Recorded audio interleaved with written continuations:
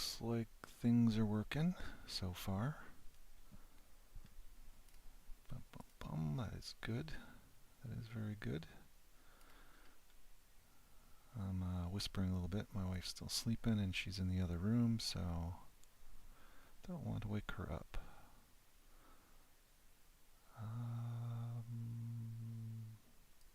I'll leave that going. Okay, so just give me a sec. I'm just popping out the chats.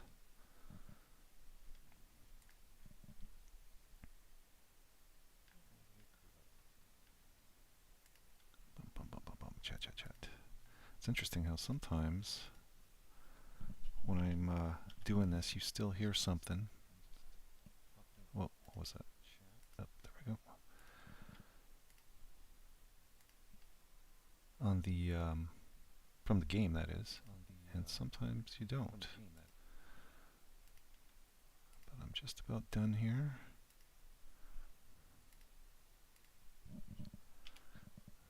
Damn, I always said I really should look into that app that does the chat thing for me. Okay, shrink all that shit. Leave this up. It takes a little bit longer now because I'm doing things a little differently because I want to I've just got the two screens and I want to leave some space here so I can see that the stream is still going because OBS fucked up on me twice recently. Where it was going, I think by now it would have don't care. I think it would have done it by now. I suspect what happened was sometimes I start the stream right at the very, very start of the game. Like you'll see all the loading crap. And I think maybe in there somewhere the window actually changed its name, its tag, whatever. And then OBS lost it because the initial screen disappeared and then the game starts sort of thing. This time, however, well, you guys didn't see it, but that didn't happen. I don't think I captured that part of it, but whatever. We are back in. I did a little bit yesterday. I didn't play much of anything at all yesterday until way late, and that was MechWarrior. I ended up doing a ton of research on my car. We drove around the city a bunch. I bought some new tools. I got a hub puller, a hub bearing, a front wheel hub, bearing hub slash puller installer, which I'll be using on my old ones. I'm still not 100% sure. I got a weird little squeak sometimes, and when I'm driving at slow speed, I was after doing the brakes, and it sounds a lot like I think it's a bearing, but it may not be. It could be something to do with the brakes. Maybe one of the rotors is slightly out, one of the new ones, which is possible. But yeah, so I bought the hub puller anyway, because I do eventually have to do that. And I bought a Steelman chassis ear with 4 hookups. So I'm going to be that's something you connect these little microphones basically to different parts of your car. Oh shit! Shit! Shit! Shit! Shit!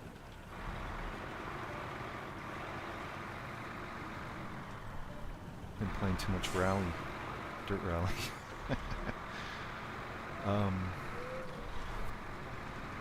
Yeah, so you hook these sensors to your car in different areas if you suspect the noise is coming from there, and then you can drive the car, do whatever you need to do, whatever it is that makes the noise happen. And you can switch between the different channels, and you can see if, maybe the noise is louder at one of them. It'd give you a better indication of where the problem might be, which could save a lot of time and money, aggravation. Shops use them.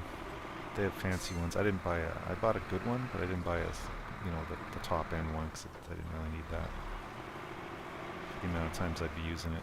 I mean, there has been a lot of times that would have come in handy, so I figured I'll just get it. What else did I get? So the helpful or that thing. Oh, I got a jury summons for jury duty, so I got to do that. Is it on the 10th or the 11th of September? So, hooray! Actually, one of my neighbors across the street got that mail. She opened it. She didn't look at who it was addressed to before she opened it. She's all apologetic. It's like, who cares? I don't care. It's not like it was. I mean, it's not great, but it's not like there was sensitive information in there or anything. Other than I'm getting called to jury duty. You want to do it?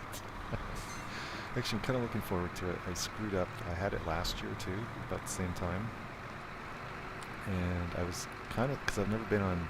It's never happened to me before, right? I'm in my 50s. Never ever got called or anything for jury duty. And here I did, and I thought, well, it's a good opportunity to get out doing some work too at work. And it's something different. You know, what the hell? Give it a shot.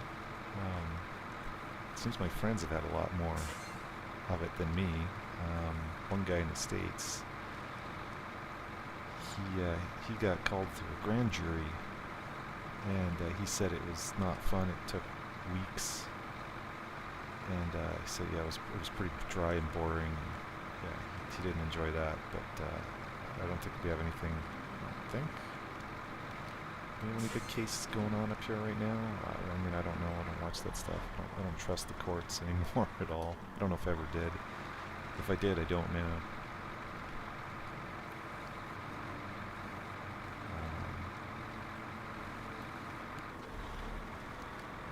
Don't trust the system. There's a lot of corruption, both knowing and unknowing corruption in these systems, and I don't trust it anymore. That might get me out of it actually if I say something like that. People just tell them I'm a raging racist and I'm transphobe and let's come up with a whole bunch of shit. See what happens. No, I don't know. I'm actually kind of curious to go see it, so see what's what. A bunch of my friends have had it. Some of them never had it. Like they got called and then they said, yeah, they just like one guy said he was there.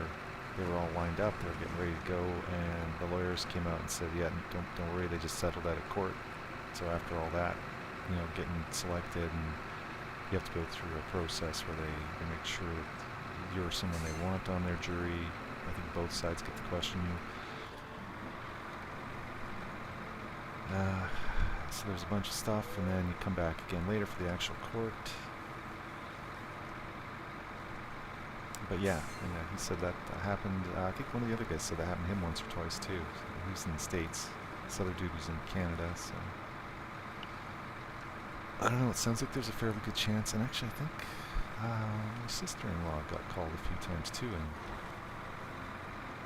didn't have to go. Although once I think she did something, I don't know, to purposely get out of it. But yeah, so last year I got called, and I was going to go for the selection thing, right, where they check you out to make sure you're not some crazy nut job or whatever.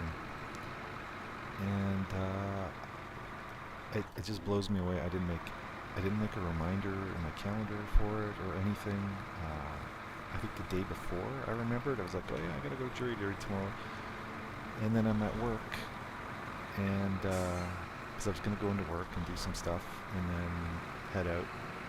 And I don't know, I think something happened at work, and I got totally sidetracked. And then it was the end of the day, and I'm driving home, or I was at home, and I was like, oh, I had to go to jury thing this morning. Like, fuck. And there's all these, they threaten you with all these big fines and jail time in the documentation, right? So I was shitting bricks a little bit. I was like, uh-oh. Because I don't trust them, right? I figured they're going to come after me. They're going to get me. I could go to prison for, was it up to 5 years? Or was it 5 months? I think it was 5 months. I don't know. And some huge fines. And I was like, uh-oh. So I phoned them up, and I was talking to this lady, and she's like, shit. What was the deal here? I needed 4 metal rolls. That's what I need to make the cabins.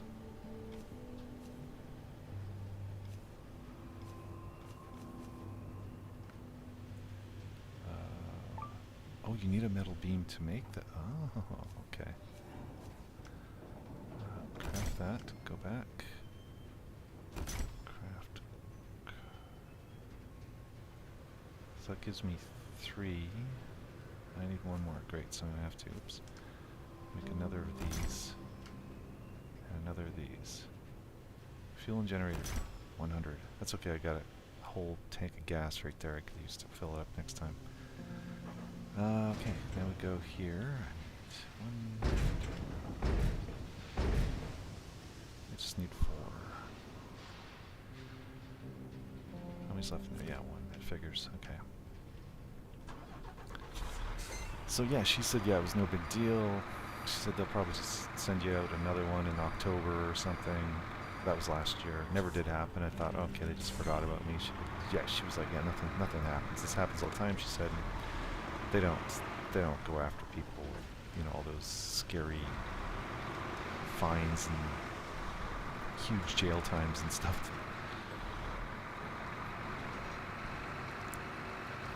And I was like, well, that's good to know. Like, she was totally like, yeah, she was laughing. I was like, no, it's not gonna happen. So I was like, okay, good. And then nothing happened. Here we are a year later, and I get a thing in the mail, and I'll get Summit again. So, but yeah, it'll be on a Thursday. Get me out of work. I think we have team meetings on Thursday, so even better. I hate having to get all my shit that I'm working on summarized up and stuff, and talk about it in the meetings.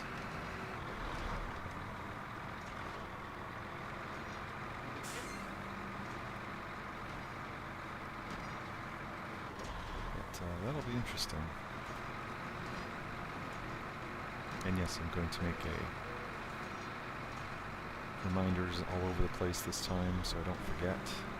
I do that anyway, and I don't, that's what just, I don't, it just boggles me that I didn't do that. Because I've always got so much shit going on. At work, at home, you know, I make reminders and stuff so I don't forget something important, and how I didn't do that for this, I have no idea. It is totally not me. I mean, I never do that. So when did it happen? Oh man, I just don't get it.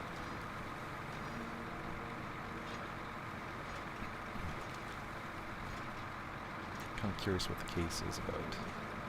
Maybe it'll be an arsonist they caught. Man, I fucking hate arsonists now. I mean, I never did like them, but now I really hate them. I think there should be some extreme fines for those guys. Because there's been so many of them setting these damn fucking forest fires all over goddamn North America and other places too. I think Europe there had some issues. Because they catch these arsonists, and you never hear anything about it in the news. Nothing. Because, you know, it's global warming. Global warming is the reason that all these forest fires are happening. Global warming. Not, you know, the fact that people are going around setting these things on purpose. Ugh. It just pisses me off so much. So yeah, you know, if it was an arsonist, I think I'd have some fun going after that asshole. Assuming, I mean, I'm not just gonna, you know, assume that he's guilty. That's another thing I hate. There's too much guilt by accusation, you know. It's like you're guilty until proven innocent bullshit. I don't like that shit. If they don't have proof, I'm not interested. Too many, I've heard, you see these stories on, my wife watches a lot of crime shows and documentaries. There are a fair number of people who've been put behind bars who are actually innocent. I mean, these are things in these cases, you know, she watches stories like this has actually been proven. They come back and there's all this great evidence and stuff that was skipped, or, you know, the system was just looking to get someone behind bars and didn't care. Sometimes, you know what really burns me is when the cops are interrogating somebody, right? They assume this guy might be the dude or woman or whoever, and in their questioning, they will drop information. Whoa, that was weird. Lag there. They'll drop information that the public doesn't know, to try and get something out of this person. And now that person knows that. And the only people that would know that are the criminal that did it and the cops. So later in the interview, and sometimes it's like hours later, right? They keep these people in here. They're constantly on them. They have these little techniques. They don't feed them when they should, or it's cold, or it's too hot in the room or something. And some of these people are, like teenagers sometimes and stuff. And then, through the questioning, they'll ask them about these things again that they told them about previously, and it's because they knew it. They knew this detail that nobody else would know except the person who was, guilty that did it. But it's, you fucking assholes told that guy that, and I've seen this a number of times in some of these things, because they have these things video recorded, right? And these guys go back later, they're going over this stuff, and you can clearly see they told the guy the information that he then spouted later, and the dude is so fucking tired, they don't know. Sometimes they confess, and then later they're like, wait, what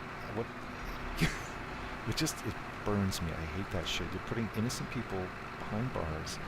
That's number one. Number two, the guy who's guilty is still out there somewhere, and now you're not looking anymore.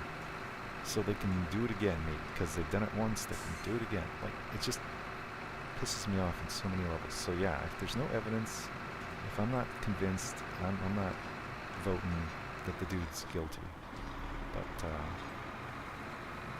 we'll see how this goes. Or it could be just some boring, stupid bullshit. I don't know. Maybe there'll be a bunch of accountant stuff, or throwing figures around, and something will be just totally boring. I don't know. It'll be interesting to see anyway. So I'm sort of looking forward to jury duty. I don't know what everybody wants to get out of it. Unless it turns into a really big, long thing, that may not be fun. I wouldn't want to be sequestered and bored out of my skull. Because depending on what it is, right, they can take away your internet access and all that. I'd probably want to bring in some games or something, like bring my laptop. Or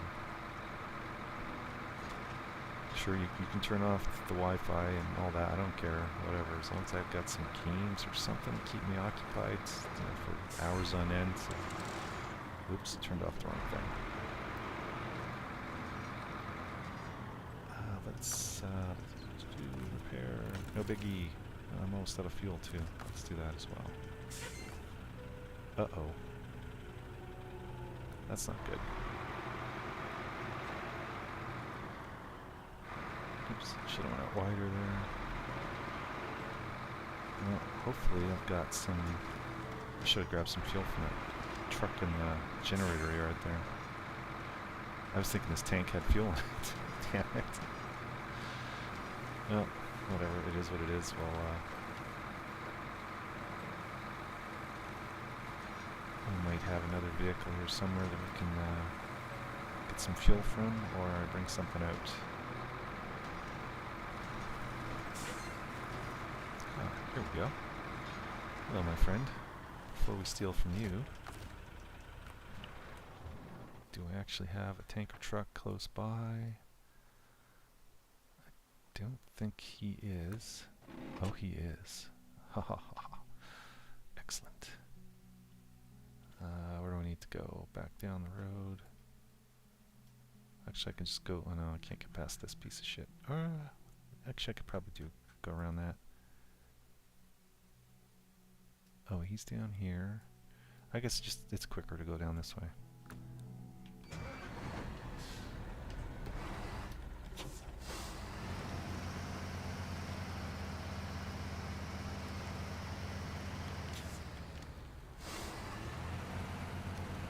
How much fuel he's got on board. Guess we'll find out.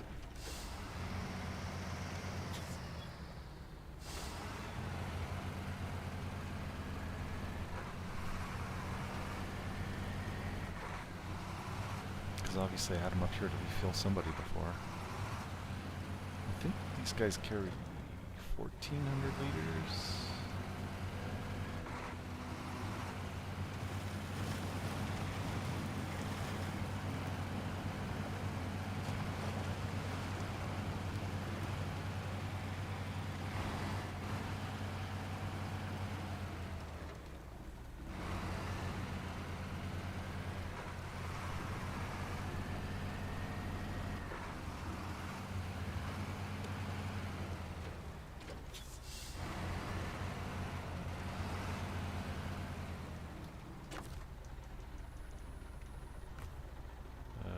I don't need repairs. Bum, bum, bum, bum. Ooh, yeah, it is 1,400. How about that?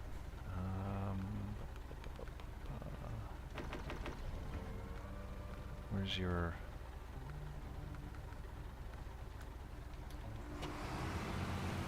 Let's fill this thing up too.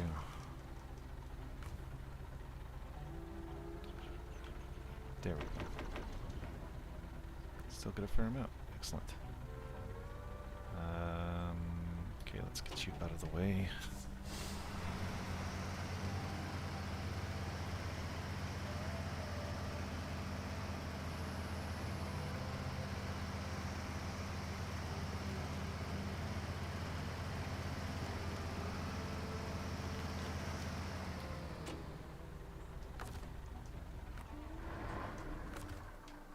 Too far away. Won't let me change.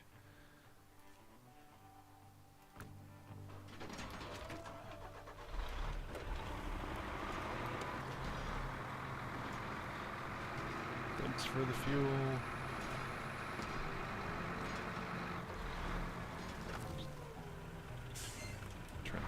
Why not?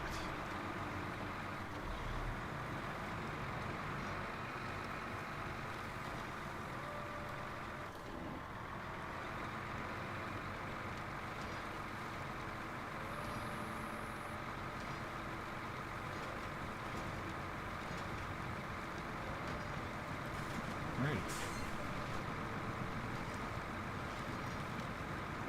See, I'm trying to work down all the jobs in North Carolina here.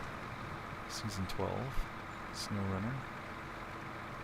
Because I'm just really close to the end of this one. And I'm trying to work my way all the way through all the seasons. I think I can show you that from here? Map. Is it up here? Oh, you can see them at the top there. See, there's North Carolina, Scandinavia, British Columbia. I did all of these to the left, all the way back to Michigan here where you start. See the tough ones? This one was sort of tough. This one was also sort of tough. This one, I think it was not great either. It was a little on the tough side, but it was easier. Wisconsin, I think, was better. Ammer was by far the toughest. Pretty damn sure. This one was okay. This one was okay. This one was okay. This one was you do the farming thing. Glades, it was monotonous. There was a lot of farming, and the farming mechanics aren't great in this game, or at least not in that map. It's kind of a pain in the ass. Sorry. Ontario was good. British Columbia, Scandinavia was also good, and here we are, North Carolina. So I've still got Almaty region, Austria, Quebec, Washington, Sardinia, where that is. Chiapas? Chiapas. Whatever. Mexico. So I got a bunch more to go. We're getting there, and we're almost done this one, so.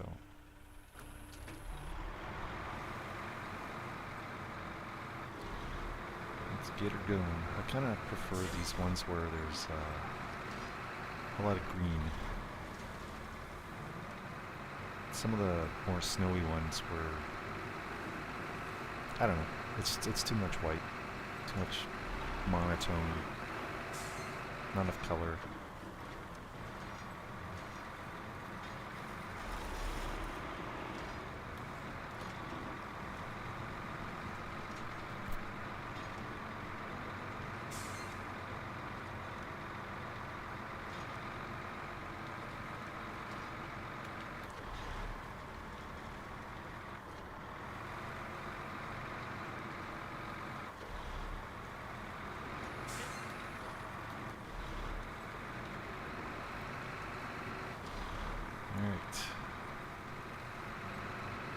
come here, drop off these metal rolls, then we should have what we need to make the 2 cabins. And I will make those, and then we'll take them back to the place and drop them off, and then I just gotta get 3 more service beds.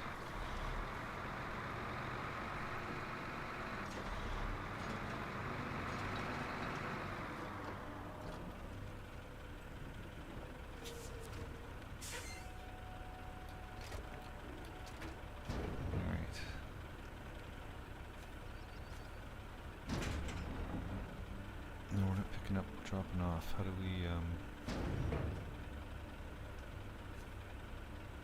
oh, there it is. Unload. Okay, now we can create 2 of these. And then I can load them up. And then we can head back.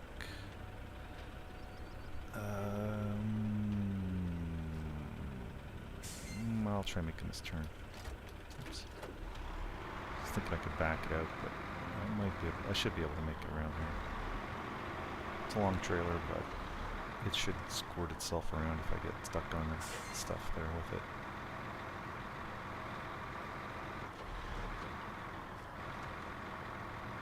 Yeah, not too bad.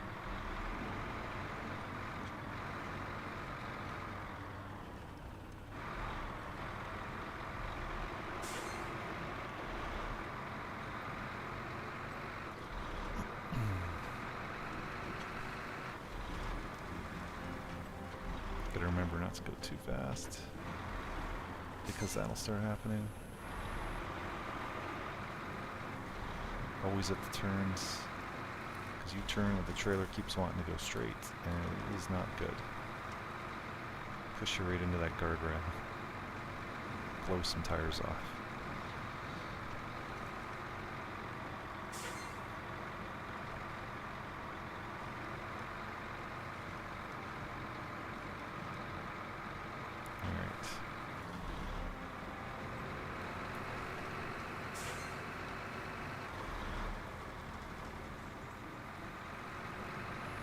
I hear people are building their houses out of things like this now. There's a huge scam going on there too, with the whole housing thing. I think it's Brookfield or BlackRock. Can't remember. They own a lot of real estate. They're buying up people's houses and land all over the place, and then they basically rent it back to you, or if you can't afford any of that, people are doing those tiny houses, and apparently those guys own a lot of those companies, or a lot of the manufacturing required, or the parts, like the material that they use, so they're making money on you again there. I'm just gonna grab some more fuel from this guy since we're right here. Since he uses a ton of fuel. Oops. Maintenance, there we go.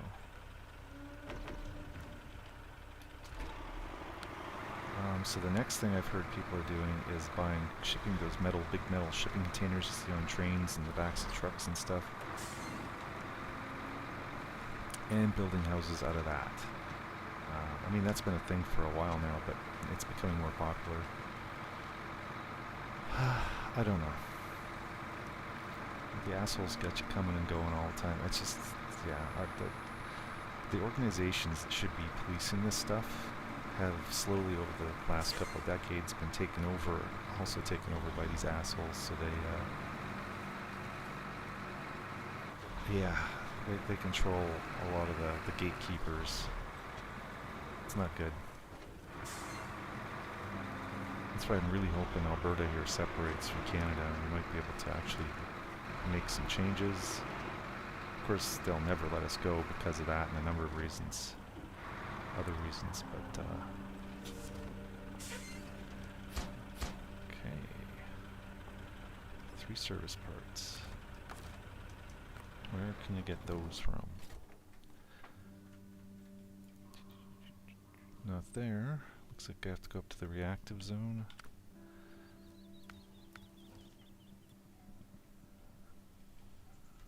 Oh. How the fuck far do I need to go? Pipeline Bay? It's blinking. Shit, that's gonna be a long drive. How about Flatland? Is there anything? Oh, there's some. And there's some. Okay.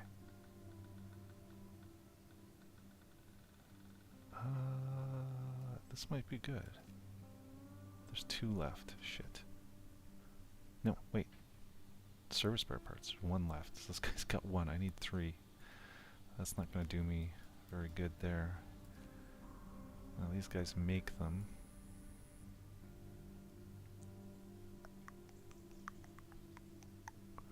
You know what I could do? It's quicker to go down the paved road here. Back down to here to Orvo, which is where we need to go, right? Yes.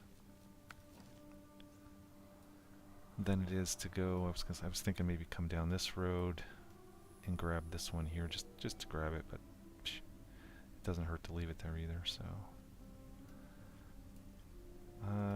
yeah, okay. 3. Let's see if I have a vehicle with a 3-bed still in storage. That would be the optimal. I know that I can think of 2 offhand that have 4, but I think they're out in the wild. I could always pull them back in.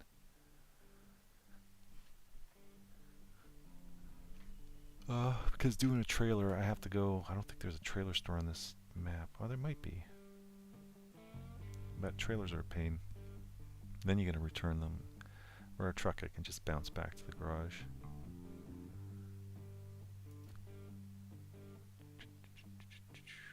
Does he have a 3 or a 2 on the back? I'm going to say it's probably a 2. Colab does not have anything. This guy, I think he's also a 2. Very special.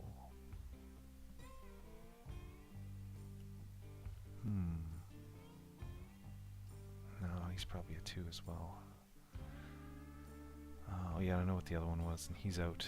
He's also out and about. Freelander, yeah. Okay, so let's go find these guys. Let's get out of here. Get out. Let's see.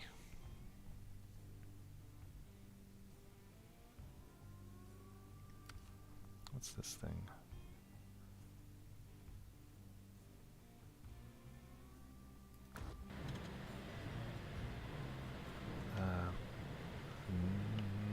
No, I don't think so. Alright. Flatland. Let's see, he might. Azov, which one were you? Oh, you've got a trailer attached, so I don't want to grab you. Oh shit. These guys don't. Well, he's got a trailer attached. He's not. This guy does. He's new. I think I got him on this map. Not the greatest vehicle, but he's not bad and he'll work for this. Yeah, there he's got the 3-bed bay right there. Okay, so we're gonna recover him and stick him in storage and then figure out there's a garage here and a garage here. Where do we need to go? Over here. No, that's where we're dropping off.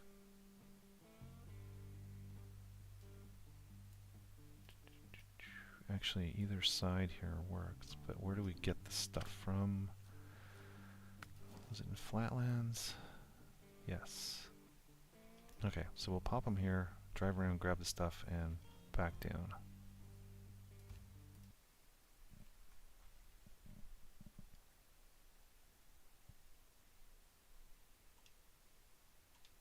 And he's already set up. Bum, bum, bum, bum, bum.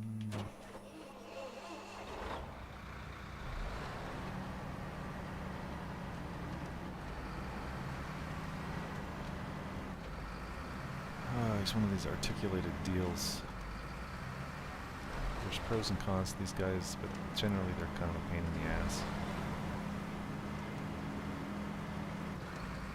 for steering, because when you steer, the back end can also, you can see it there, it kind of changes. Sometimes it can push itself right or left too, like the front does. It's just, yeah, it could be a bit of a pain in the ass to drive.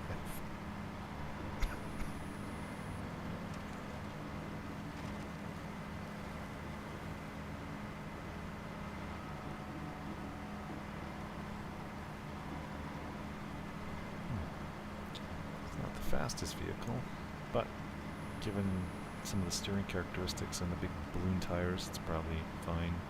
It's a little safer this way.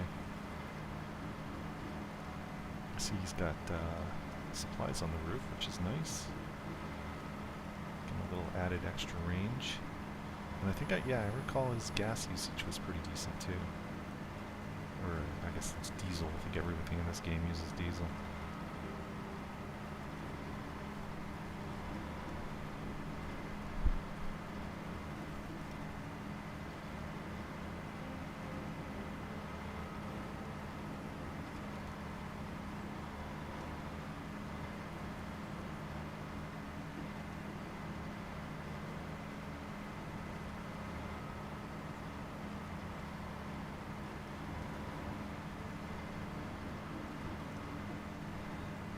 So yeah, kind of bummed. I just did all the, brakes and calipers and rotors and pads and dust shields and even the hubs on the rear of my vehicle.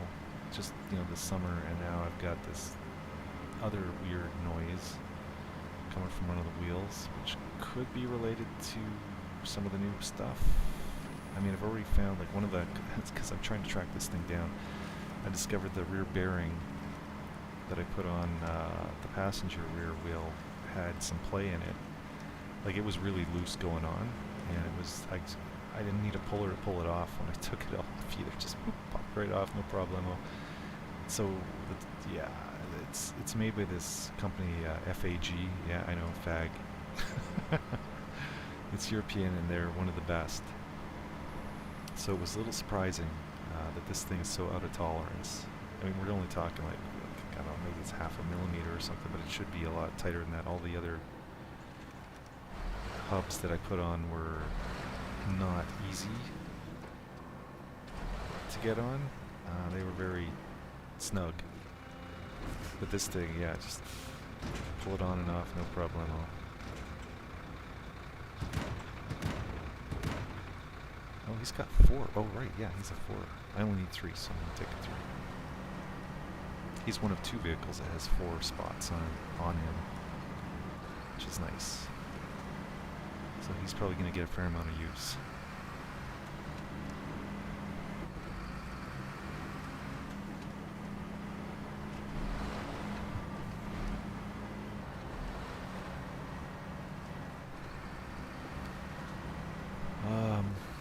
But yeah, so I'm waiting on that still. The company I get the stuff through. I get my parts, my VW parts, from a place in Canada here, down east. I don't have to pay, duty and stuff, and the shipping is like quick. I always get the ground one or whatever. It's like I take the cheapest shipping, and it usually says like 7 or 8 days or something. And even though it's across country, I usually get it within 2 to 3 days. So. Which is pretty fantastic, and it's always been like that with these guys. So yeah, but they're on vacation, or were. I think they should be off by now. They haven't gotten back to me yet. It's the first time I've had a warranty issue with any of their stuff, so we'll see how that goes. I think the thing's got it's like a year warranty anyway, and I think they offer, I don't know if it's 30 days or something, but I mean, really, I had it on the vehicle for 2 days of driving,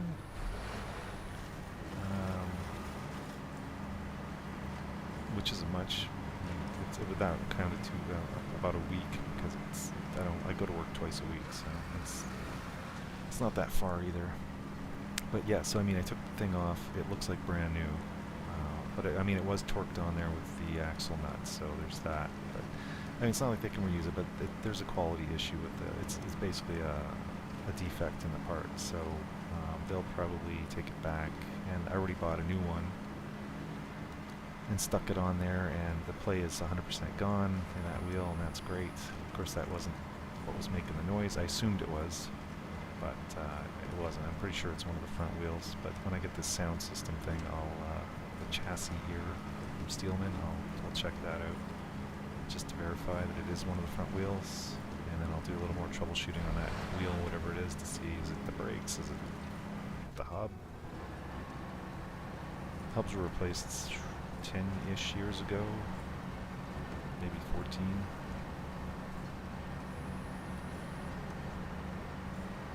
And the front wheel hubs do generally tend to go on all vehicles at some point before the rears. But yeah, so I will probably be replacing those.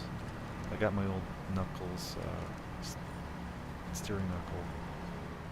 Wait, where did I just go? I went the wrong way, didn't I? I was supposed to go this way. Why did I go this way? No, whatever. Let's head over here.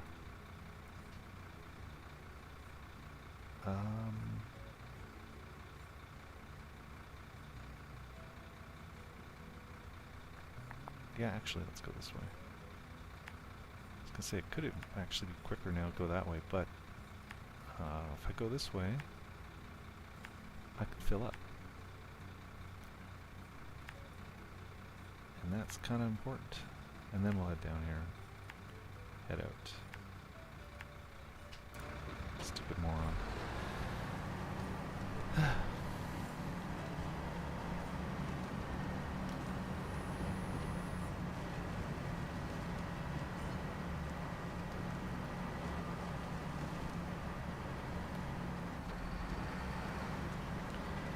So yeah, I had my old steering knuckles when because I had a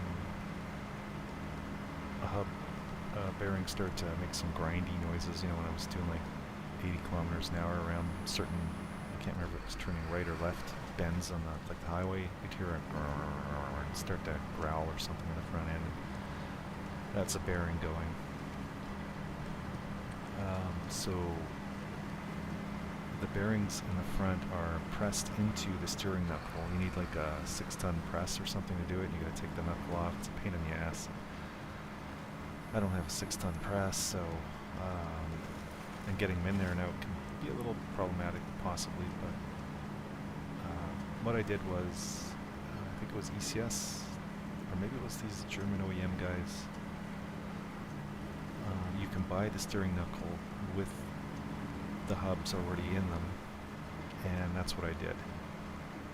They weren't expensive, and you know, my old knuckles were kind of rusty too and stuff, so I thought, you know, what the fuck, just buy a new knuckle with the hub already in it. So I did that, replaced it myself, and on both sides, and yeah, it's been like that since forever.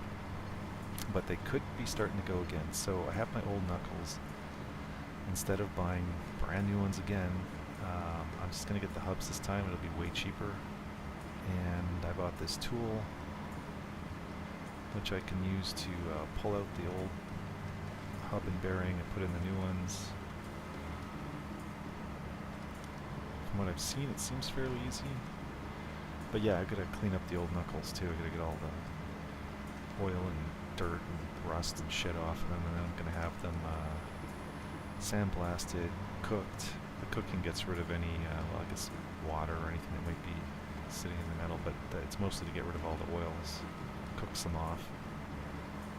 Oils, brake fluid, whatever the hell might be soaked into there. And then get it powder coated, I think. Get them powder coated. And then I will, I think I'll leave the old hubs in for that. Kind of protects the inside of the area there. Actually, now I think about it, we'll see. The sandblasting, the sand can be quite fine sometimes, and it can get in around things. And I don't want it getting into that area and scarring up the metal between the hub and the steering knuckle where it fits in there. So I might leave it in and then take it off. I don't know if I can do that. I don't know. I have to think about that.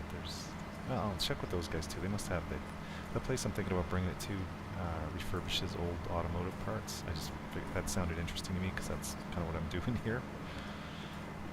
So they must have half a brain when it comes to stuff like this. Gotta be careful turning this thing. You go fast and make a sharp turn, you're flipping. It's one of the downsides of this type of vehicle. The whole front end that's like the steering.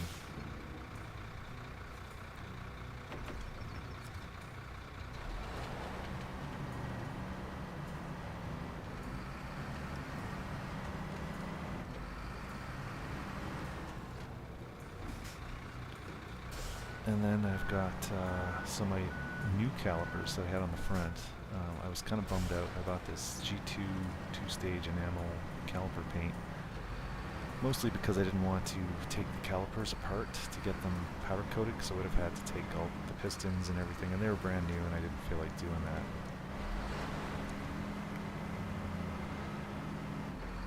But yeah, I guess they were coated in zinc, and I didn't even think about that. And zinc doesn't allow any paint to really adhere well.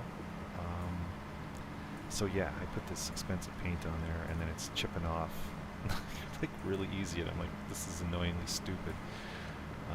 But the guys at G2 were really nice about it, and they're going to give me they are giving me a warranty repair kit.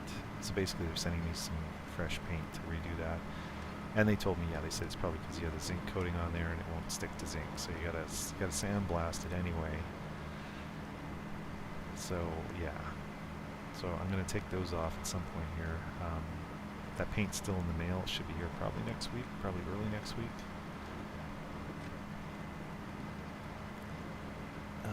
But then yeah, I'll have to take my car to commission for a bit, which is gonna suck. So I'll put it up, take off the front calipers again.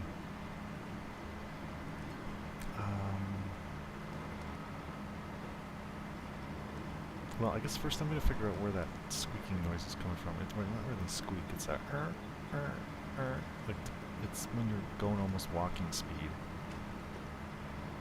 And after the car's been warmed up, there's this funny noise. And if you go really slow, you hit that one spot, it goes, makes a noise. It's like, fuck, something's out. I don't know if it's the rotor's slightly out of true or something. I've had them off already once, because I replaced the pads after that was happening. Because I did screw up the pad installation. I totally wasn't paying attention. I did something wrong at the very end of everything I was doing. So I was kind of tired, and yeah, I screwed up. I still have the old pads, and they're brand new. I'm going to keep using those. At some point, I got to bend some pieces back into shape. Long story, but it was a simple, stupid thing too. They slipped out of position slightly when I was putting the things together. On both sides, yeah, like the same way. I just fucking can't believe that happened. But yeah, it's because the pad material is so thick. Because it's new, they just barely fit into onto the ears of the carrier. And both sides that kind of popped out at the top, and instead of riding on top of the ear, they were the little riding thing, a piece of metal from the brake pad was sitting on the end of the ear, and so instead of sliding along it, when the pistons push down on it when I'm braking, they just kind of bent it, the pads, this metal backing. But everything looks good except for that. Like they didn't, nothing bad. I should be able to bend them back into shape. I'm sure they would have been fine if I left them on there and bent it back, but I thought, you know what, because of the squeaking noise, this could be the problem, so I bought new pads, put those on, and it didn't make any difference. So, but yeah, during that, I mean, I had the rotors off and stuff again, and So if it was something to do with the installation of that, which I doubted anyway, and I still do, that would have taken that off the table. So yeah, it could be one of the rotors on one side is just, and I mean just slightly not true. But yeah, another thing I bought yesterday was a what the fuck is it called? Something indicator. It's a little, looks like a little gauge with a pin sticking out of one side. And what you do is you take the wheel off and stuff, and I position this pin, I push it onto the rotor, and then I spin the rotor by hand and see if the pin moves, right? It'll show like thousandths of an inch of play, and if it's more than, I think it's a thousandth of an inch, there could be, or was it 2,000? I have to look that up again. I mean, I'm gonna look all that shit up before I, you know, decide that it's bad or whatever. Apparently, it's good to have a little bit of play because it pushes your brake pads apart slightly while you're driving and not braking, which keeps them off the rotor. Because the whole point of them is when you brake, these pistons push your pads on either side of the rotor against the rotor, causes friction and stops the car. So if there's a slight bit of play, like back and forth wobble, and I'm talking extremely small, like they were saying, it ain't much, it'll push those pads just enough out again from the rotor that they're not touching that much. So when you're driving, you get better fuel economy and stuff. It's not like your pads are dragging on the rotor all the time. But too much play can cause this problem I have, and I mean, if you have a really bad one, I mean, that's usually after you heated the hell out of everything, like there was racing or something, it can really warp a rotor. Yeah, that's not good. But anyway, it was a cheap part to buy this little tester thing, so I'm gonna test that too. Make sure everything's good. And just try to narrow it down. I'm still kind of leaning towards a bearing in the front because it's been so long, and I was in there, you know, hammering on stuff because there was some bolts that were rusted in there, mostly on the dust shield. And I had to be careful on those because they're small bolts and they'd be easy to rip off. You know, rip off the head or something while I'm trying to get it out of its seized little rusted hole. So I used heat on it too, a fair amount of heat, and it's all right in, you know, around the hubs.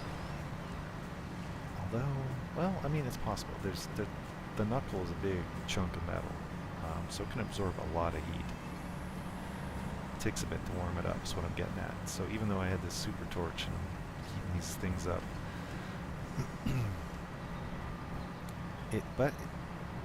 yeah, I don't know. The hubs, they're old. They could have been on their, you know, on their way to being bad anyway, and then I'm doing all this shit. I might have done something, kind of helped it along a little quicker. But anyway, yeah, I gotta figure that out. And I'm hoping these new tools will help. And yeah, the other thing is on a cold start, and it just started doing this the last couple of months. When the car is cold, there's a noise coming from the engine. It's a pulley somewhere on the side, but it's a diesel, right? So I can't. And they're all right there on the one side of the engine. It's impossible almost to figure out which one's causing the problem. I have some ideas. There's one that's known to, you know, wear out over time. And if it did, just because of what it is, it's not a huge issue.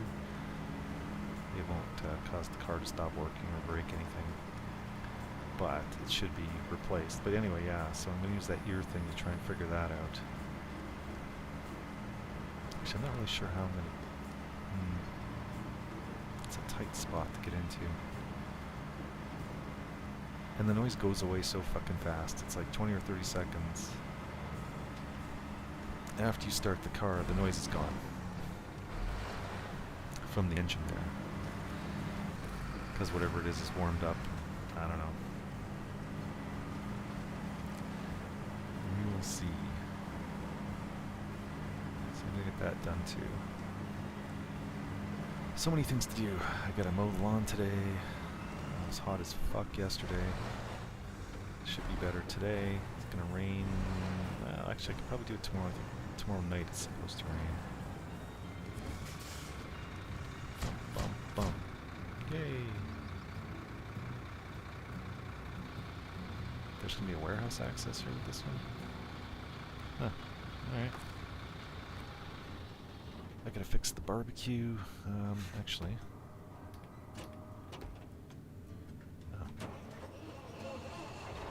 Let's get rid of this blue thing here. There we go.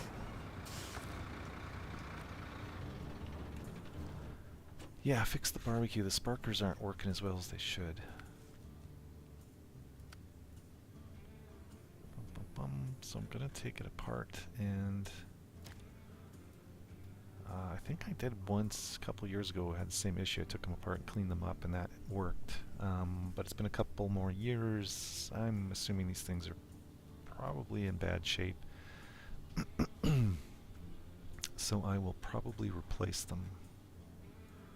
More. Fuck, my voice is going. Yay!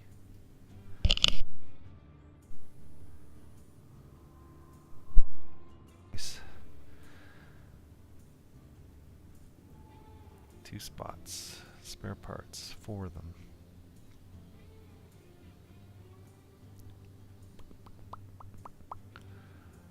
Alright, we'll use him again. Nice and quick, let's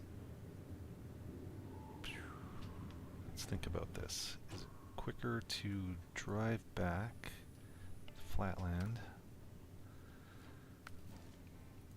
Are there service spare parts here? Oh, it's way up there and one down there, I think I recall. Alright. Do we have anything up here? I don't think there was. Nope. And just out of curiosity, is there any in Pipeline Bay? Of course there is. That's a long trip.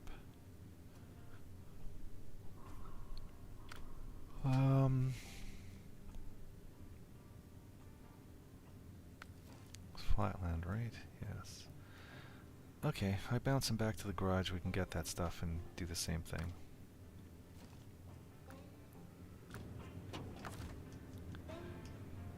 Boom. Unless you want to be super realistic, and we could just drive back all the way. No. Oh man, it's a game. I want to enjoy myself. I don't want to be... Well, I mean, I guess I'm driving around doing missions anyway, aren't I? But you know what I mean. I'm getting close to the end of this one, and I want to complete it. I don't want to be... Whoops. Actually, yeah, I know where to go, so we go that way, then we will go... Is it, yeah. Down here, down here, down here...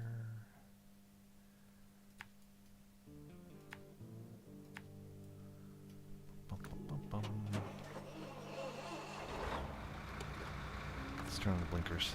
Why not?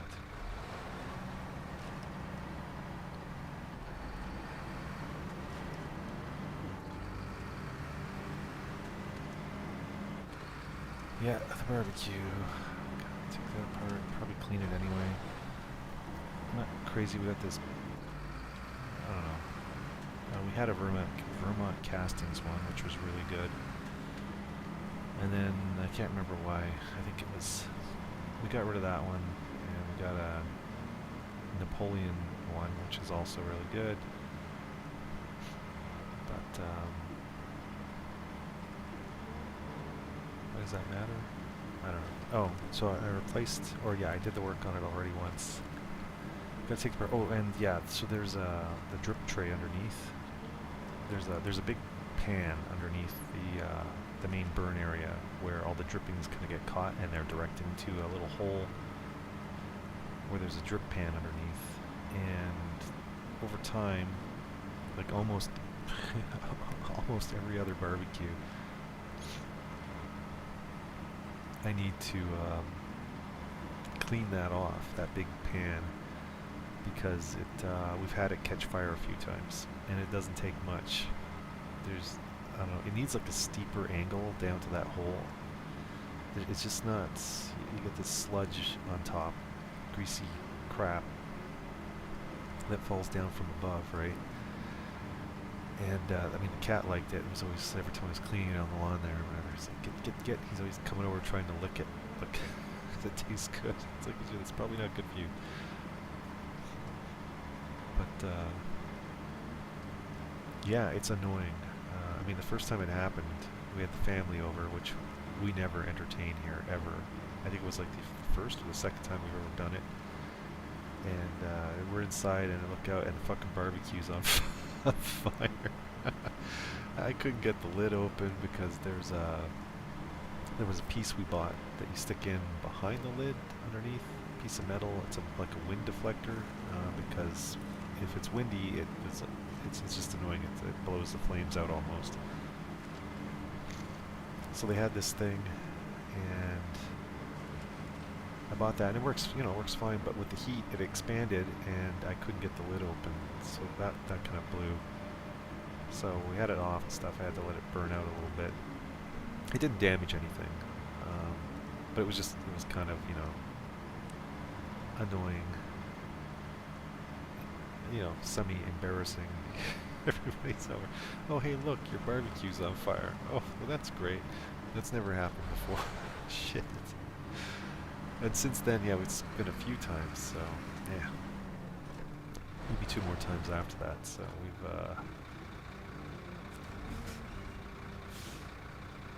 okay, service, yeah, service spare parts. Gotta make sure, you want to get the vehicle spare parts. I did that once. Drove all the way where I was going, and then was like, why isn't it giving me the option to unload? And then I realized I had the wrong type of parts in the back. Oh man, what a waste of time. I think I ended up just leaving him sitting there with whatever parts he had on, just in case I needed those for something else, and I grabbed another vehicle because I would have had to go, dump the stuff and go all the way back anyway, and I was like, oh, I think I did damage here last time. So be careful.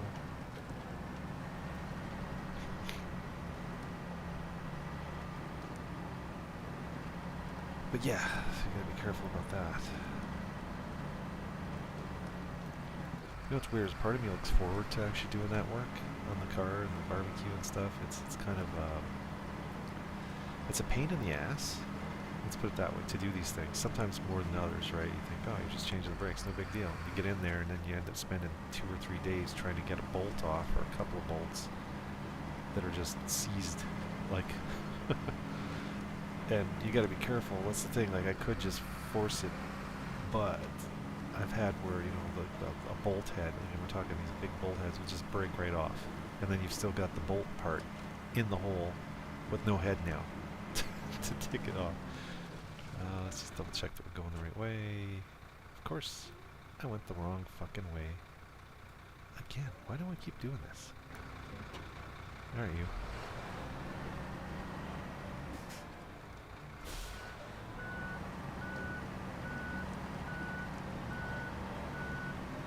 I'm thinking, oh, remember that part.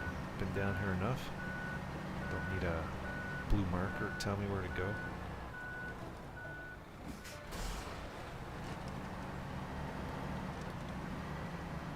And what happens? One wrong turn.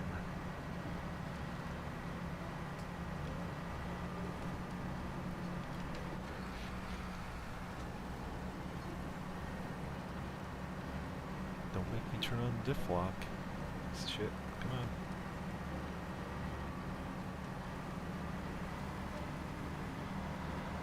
on. But yeah, when you do this work yourself, you just feel, I don't know, you're playing a game, right? You complete the mission, you get that little dopamine hit. Oh, hey, Crazy, how's it going? Oops, shit.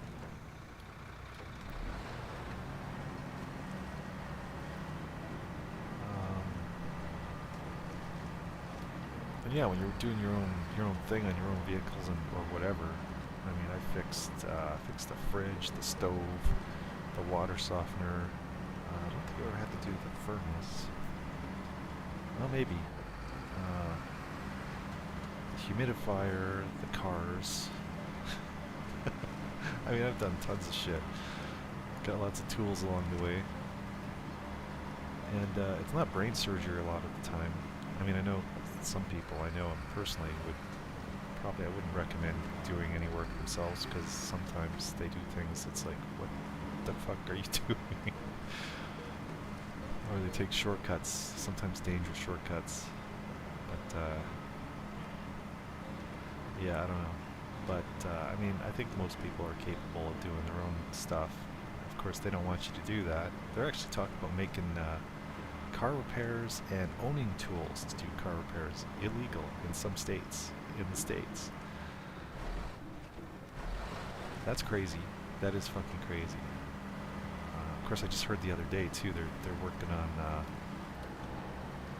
making it extremely difficult. Actually, they say working on. Well, they've already done it in some states, and they're making it worse. And other states are looking at taking up the same laws, rules, whatever.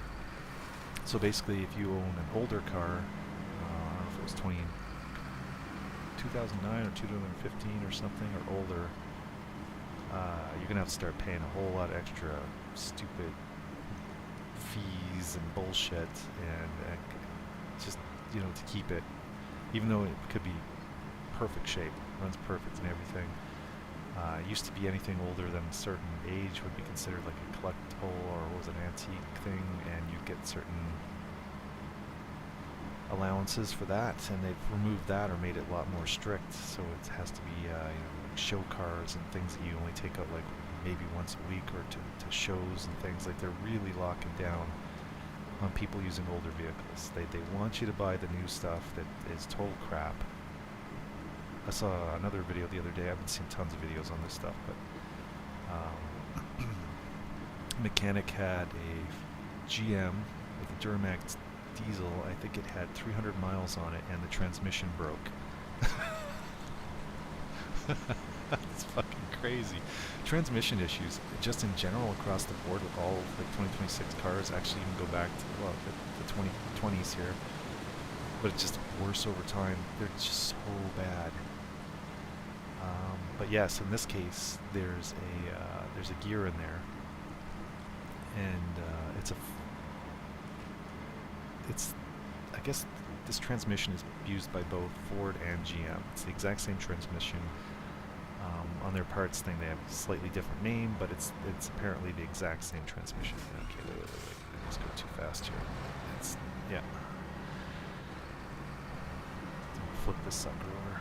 But anyway, yeah, so on the GM one, they decided to change this gear to a fancier gear, and apparently this is a really, really bad decision. The bearing that the gear sits on can't handle the stress from this different type of gear, and it breaks, and then yeah, your transmission's fucked.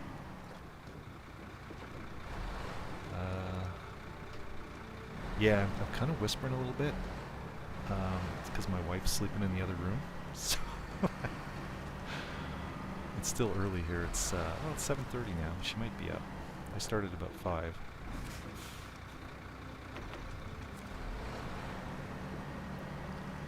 I don't want to make a lot of noise, but I can do that. Just give me a second here. Alright. Oh, what are you doing there? Let's pause that for a sec.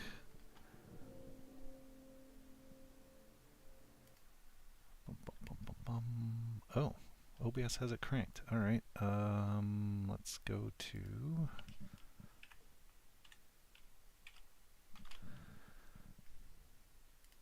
Go to my sound settings. Oh, wow. Alright. Crank myself up a bit, crank this up a little bit.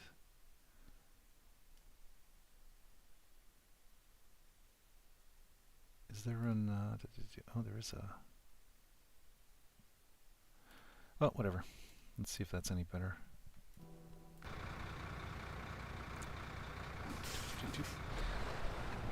Oh, sorry. Shit. Okay, this, and this. Alright.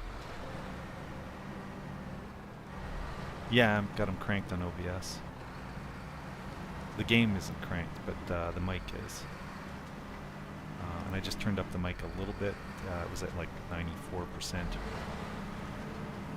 on the PC side of things, and I cranked it up to 100. That's probably not a ton, but I guess I could turn, I don't know, turn the game down a bit more, and then, I've kind of noticed that actually.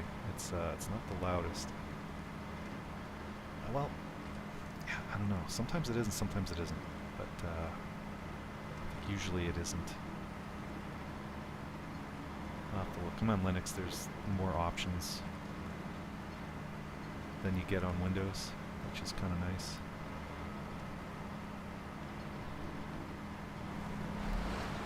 But yeah, back to the car thing. It was this gear breaks in the GM Duramax trucks, 300 miles, just fucking shit.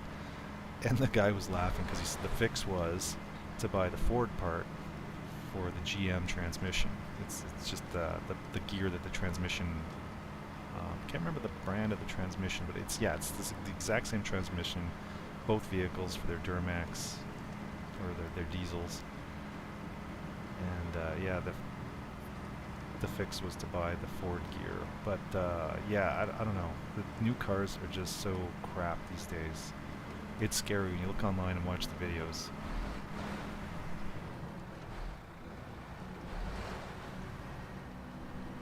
Alright, I'll have another look at the settings here. I'm just going to get through this mud pit because I don't like stopping in mud. Although this thing probably doesn't matter, but...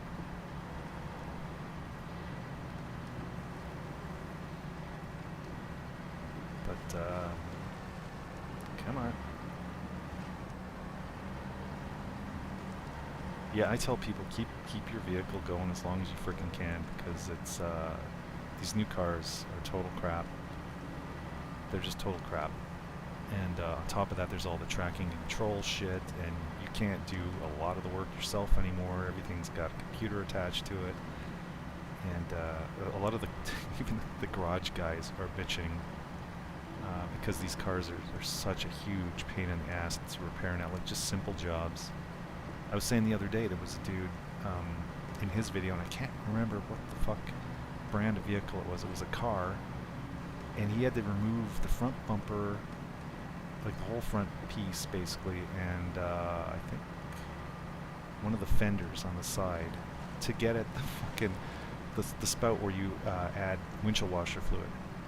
That's fucking insane. Like, you gotta take part of the car apart just to put windshield washer fluid in. Would they expect you to take it into the shop to get that done? It's getting really frustrating. Okay, let's go back and see if I can fix this. Bum, bum, bum, bum, bum. Yes, I did close that, dumbass. Sound. Bum, bum, bum, bum, bum. Input. Oh, they used to have... Shit. Where is that? There was a way to make it... No, that's at 100%.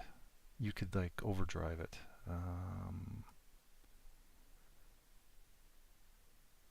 Oh, what's this? Over amplification. That's for output. Nope. Shit.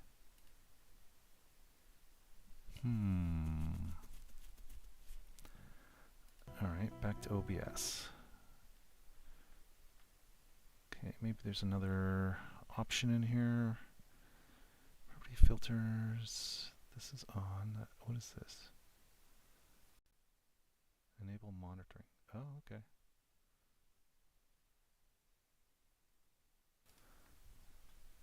Bum, bum, bum, bum, bum. Well, we'll leave it for that for now. I'm just going to close that up.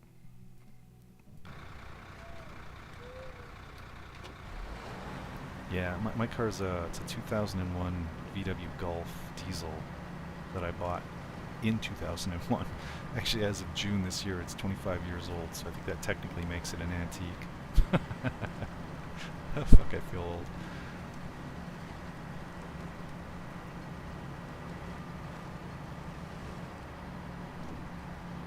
Yeah, yeah, but there is the German cars. I mean, I've done a lot of work on mine. I've like tons.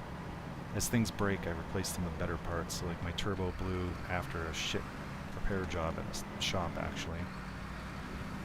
I got the air intake manifold replaced because it was all gummed up. It was the fuel I was using. Cheaper stuff. I stopped doing that. I haven't had an issue since, but yeah, so I wanted to get that cleaned, and they were saying, well, we've got a spare here, we just swap them, and it's done. And right after that job, I'm driving away from the shop, and my turbo blew, and I'm pretty damn sure, because I looked into this, it's, they didn't clean things up properly, so some shit got down in there. It unbalanced the blades, and yeah, it destroyed that turbo. So that was fun. Didn't damage anything else, so that was good. But I replaced the exhaust system and the turbo, and after that with better stuff. Yeah, it was fun. I'm driving along, and this thing's putting out a smoke cloud like you wouldn't believe.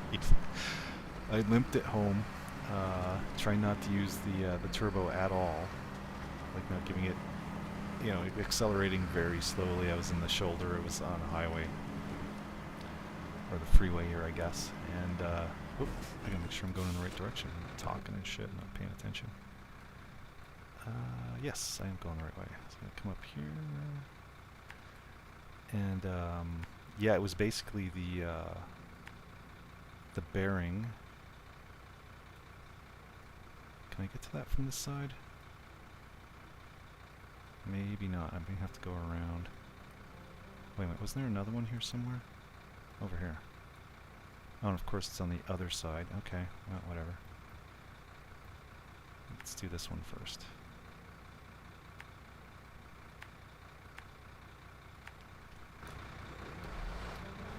Yeah, I'm driving along and I'm putting out this big stinky, oily cloud of blue-black smoke. And yeah, it was because the bearing in the turbo is lubricated by oil. That's engine oil, right? There's a pipe that goes through there, and it circulates oil through it. And of course, the bearing in there broke, so it was pretty much pouring oil right into the turbo. And when I got home, there was just a tiny bit of oil on the end of the dipstick. I was really fucking annoyed and worried. I mean, I should have just stopped and got a tow truck, but it was, yeah. But didn't damage a damn thing, so that's good. And replaced the turbo with a better one. I went crazy. I got bigger injectors, bigger mass flow sensor, bigger exhaust system, bigger turbo.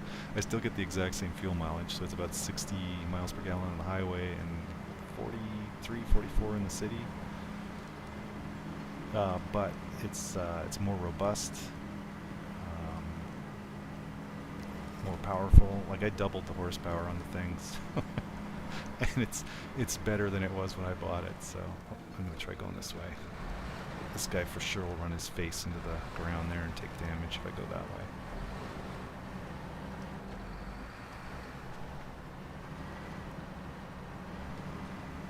Yeah, I was really worried that the engine might have ate something or took damage or whatever, or at the least, you know, maybe wore a bit because lack of oil or something, but no, that was at least a decade ago, so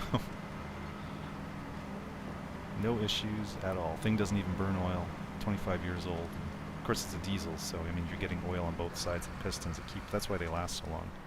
They're really well lubricated compared to a gasoline engine. There's a dude in the States, is it, yeah, I think it does have diesel. Yeah, it was diesel. He must have some money. He spent 4 or 5 years working on this car. It looks like a kit car that he built. It has a diesel engine, and he gets it was over 100 miles per gallon and acceleration like a Dodge Viper. It was like 0 to 60 in 3 seconds or something, and over 100 miles per gallon. That's fucking insane. And he talks about it online. I can't remember the guy's name, but he said, yeah, in the beginning, he talked on these automotive shows, and the magazines were interested, and it was all this. And then when he made it happen, crickets. He says nobody will talk to him anymore. None of the manufacturers want anything to do with him. Nothing. Like he's like, what does that tell you? Like, there's obviously, they don't want this happening. They want people using the inefficient bullshit or the new electric cars, which are also extremely dangerous. I mean, they show, cars blowing up in the movies when they get hit and stuff. That doesn't usually, I mean, even gasoline's pretty explosive, but it's the vapors, right? So if you vaporize the fuel, that can be explosive. But most of the time, worst case, you might have a fire. You're not going to explode. Diesel doesn't burn well at all. When I was on the farm when I was a kid, we cleared some land, had these huge piles of trees and stuff, and I remember we were going to burn them, and we used some diesel on it, and I remember holding a match to the diesel and it going out over and over. Like, it was hard to get that diesel burning. So it's not dangerous in the least in that sense. Now you go to the electric cars, those batteries, I know if you've seen the ones with people have these e-lighters and stuff blown up in their pockets, or maybe their cell phone catches on fire, and they're like little bombs. And now you transition that up to the batteries they have in these cars. They're huge, and there's videos. These things are fucking scary. There was 1 or 2 Teslas, I think, where people burned to death in their vehicle because they couldn't get the doors open because they were locked in. Oh shit, I have to get around that fucking crap. Oh, I still can. Oh, I can go around this way. Alright, we'll keep doing it. Yeah, they couldn't get out, and they were burned to death because the doors wouldn't open. And if you've seen those cars burn, it's fucking terrifying. They're like a blowtorch.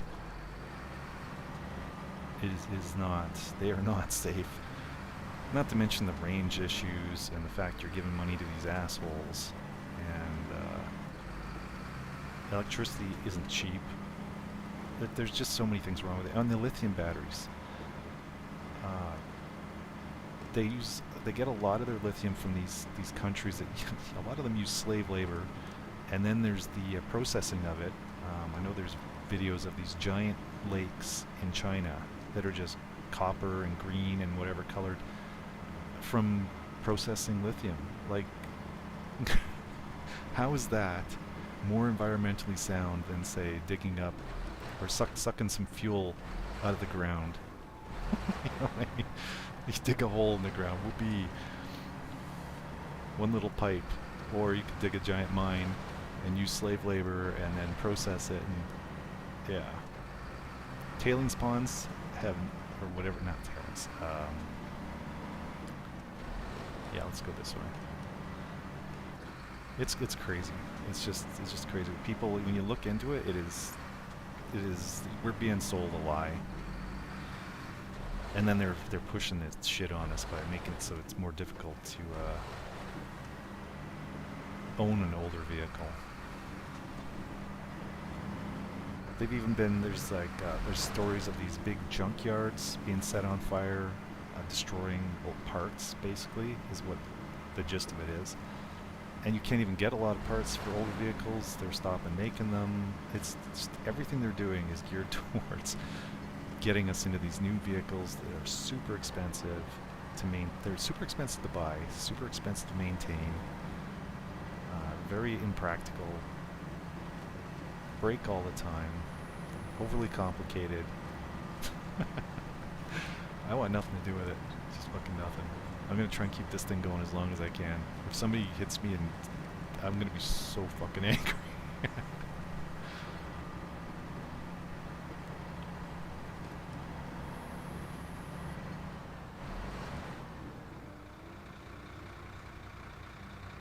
I've been thinking about that water car thing. I I kind of think I know how it works. I don't want to say anything because for obvious reasons, but I was giving that a lot of thought. There's a lot of things that we could be doing that have been silently hidden. And but you're right, like the guy with the water car. You look at his patent, and it's total fucking bullshit. Like it's just gook garbage. Um, and that's not the only one. It kind of makes me wonder, if the patent process isn't corrupted here too, right? You put in a patent thinking you're going to get rich on this, and then the assholes see that you've actually come up with something that's going to remove their control of things and destroy their, monopoly on whatever. Do they go after these people? Some of these people just disappear, and some of them just stop whatever it is they're doing, and then the patents being just garbage. And they had videos of this guy with the water car, and it worked.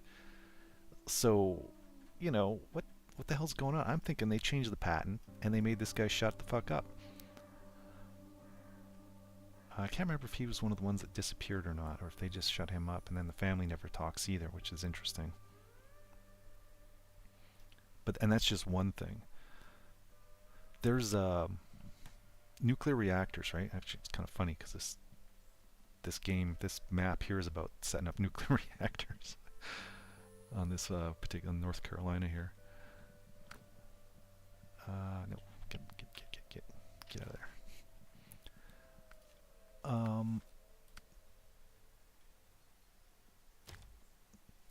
So how the hell? Okay, so everybody, they use uranium, right, in the reactors, and uranium has a long half-life, and it's kind of dangerous to use, and all this other stuff. Well, is this where we need to go, or where we need to pick stuff up? We're picking stuff up here. But the reason they use uranium in reactors is because the byproduct is plutonium, which can be used to make nuclear weapons, which militaries want, so the governments go with that. Let's see, rail section, there's no planks here. Takes up 5 spots. Okay, well this will work perfect, and I need 1, so let's do that. But you can use thorium instead. The reactor's a little, I think it's not as powerful as uranium, so there are some differences, but it's safer to use. It's far more available, so it's cheaper. But yeah, you don't get you don't get any plutonium from it. But yeah, the half-life of it is also a lot less. I think it's like 1 to 300 years or something, which is like nothing. Okay, we're going to come down here. Deliver to the reactive zone. Yeah, okay, I guess we'll go this way. I could go that way. Seem to remember it's a giant pain in the ass. This way is probably easier. It's the longer way, but you know what? I never go this way. Let's fucking go this way. Oh, wait. Let's double check things. Okay, I think we're good. I think I can get through there. Or I go around, that's right. There was one spot. Oh, it's over here. Oh, now you can do this. This job never existed before. Because if you wanted to get from down here, right, to up here, you had to either go this way or this way. Or, sorry, this way over here. Oh, and they've got that one open now, too. So there's a bridge here that's nothing but sticks. You can't get across it. And then there's this thing blocking the road here. And there was never a job to clean those up. So if you wanted to get from here to there, you had to go all the way down here and up this way. You couldn't go this way. But now these jobs exist. Alright, well, we'll do this one first, and then I'll have to look at doing that thing later. Would have been nice to have that opened up earlier on. But yeah, thorium, way cheaper and safer, and like we could be using that. Nuclear reactors are not a problem. We should be doing that to make cheap electricity for everybody. But again, that's something the assholes have fucked us over on, so, you know, Plus, they always demonize the hell out of nuclear energy, and look what happened to Chernobyl. It blew up and all this stuff. Chernobyl didn't actually blow up. I saw the story on that. So there was they had the B crew on. Let's call it that. These guys that weren't super duper great, didn't quite know what they were doing, and caused the issue. And basically, it was an overheat. They put the rods in the water, right? It heats the water to steam, and that pushes generators and makes electricity. For whatever reason, the thing was overheating, and or the steam got blocked or something. So that's what blew.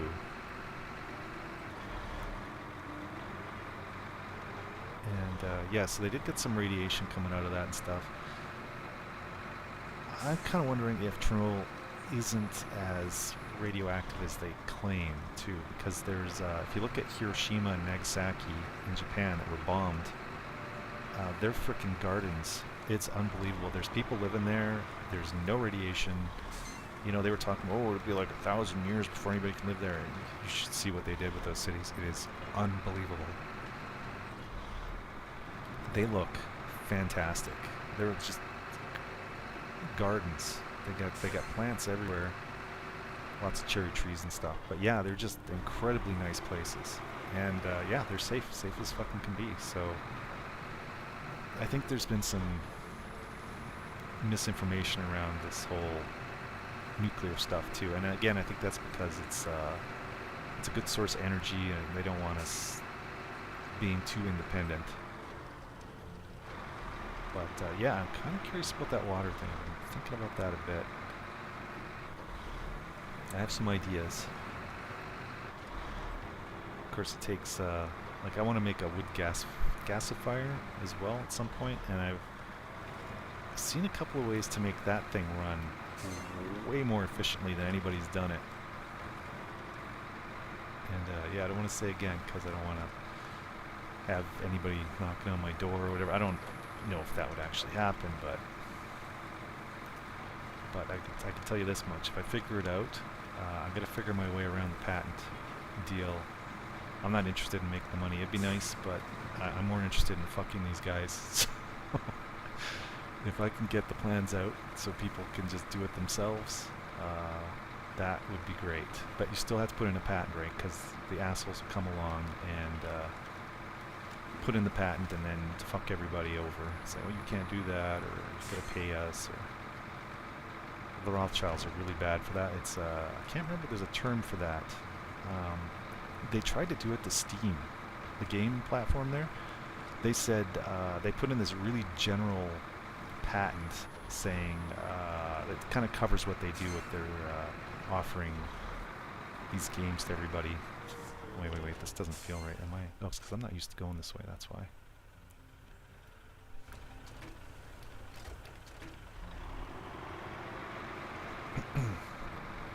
They did this thing to Steam, and they went after them for patent infringement, and Steam paid them quite a bit of money, and also created a new contract with them saying, okay, you will never come after us again for this money or this patent issue.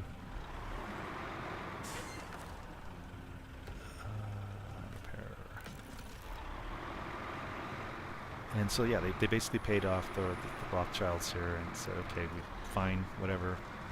But now there's an agreement in place. You will never come after us for this again in the future, and leave us alone, blah, blah, blah.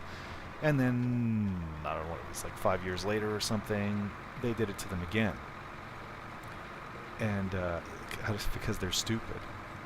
They're just such a greedy bunch of fucking bastards.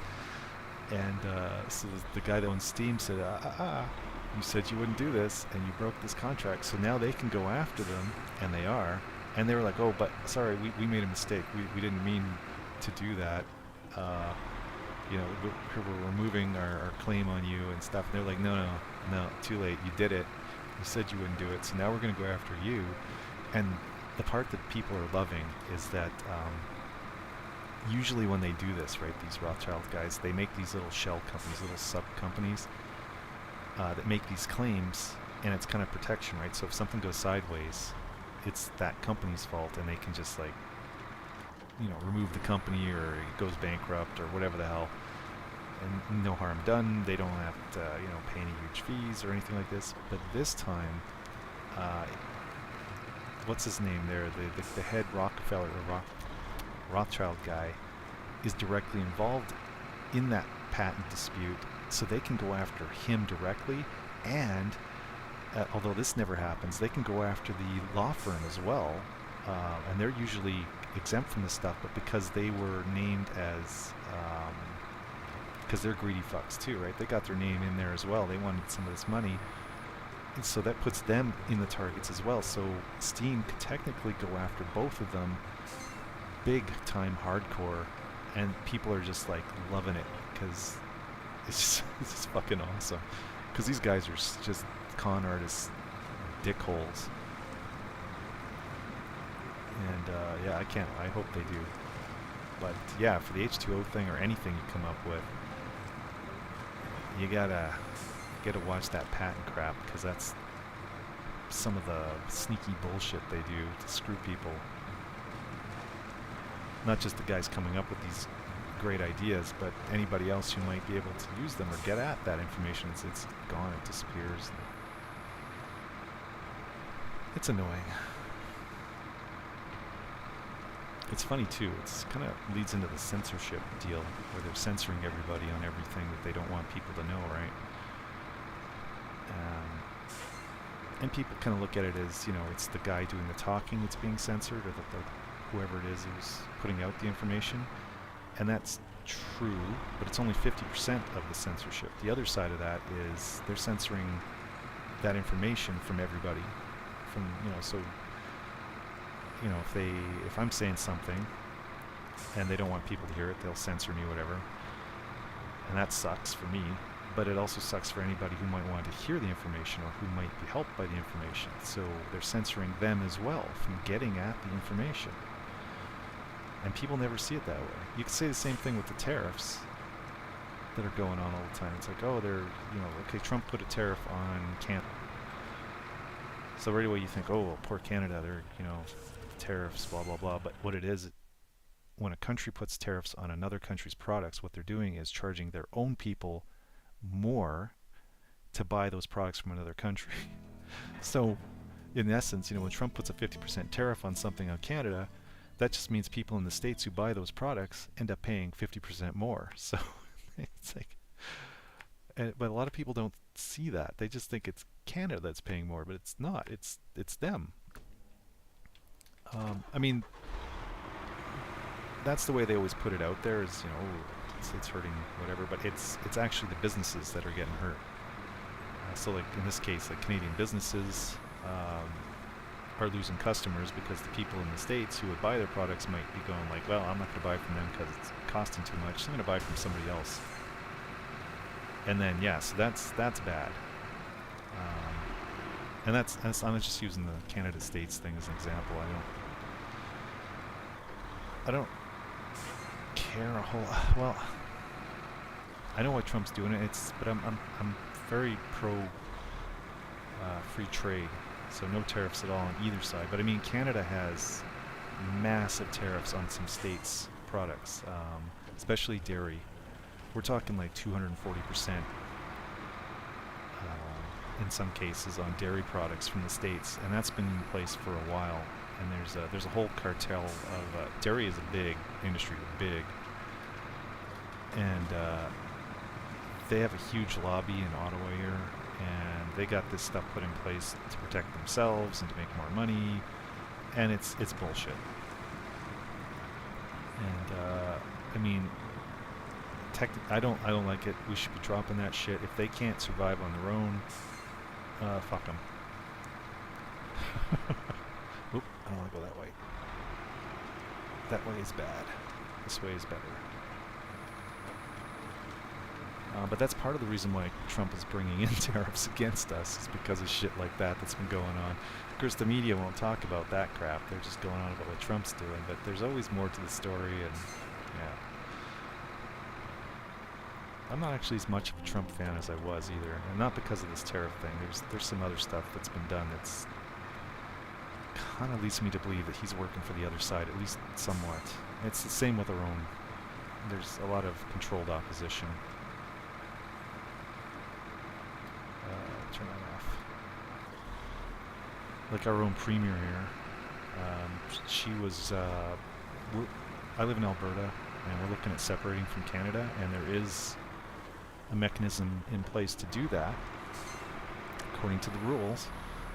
First you need a petition. Well, first thing, a premier can just have a referendum.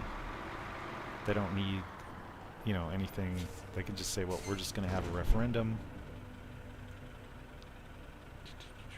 Loading, unloading. Am I supposed to be... Did I go to the wrong place? What am I doing here? Oh, this is where you pick up medium planks, probably. I have to go over here and there. Okay.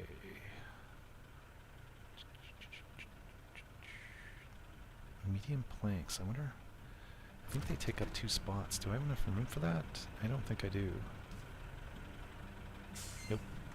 Alright, well, that was a mistake coming here. Whoops.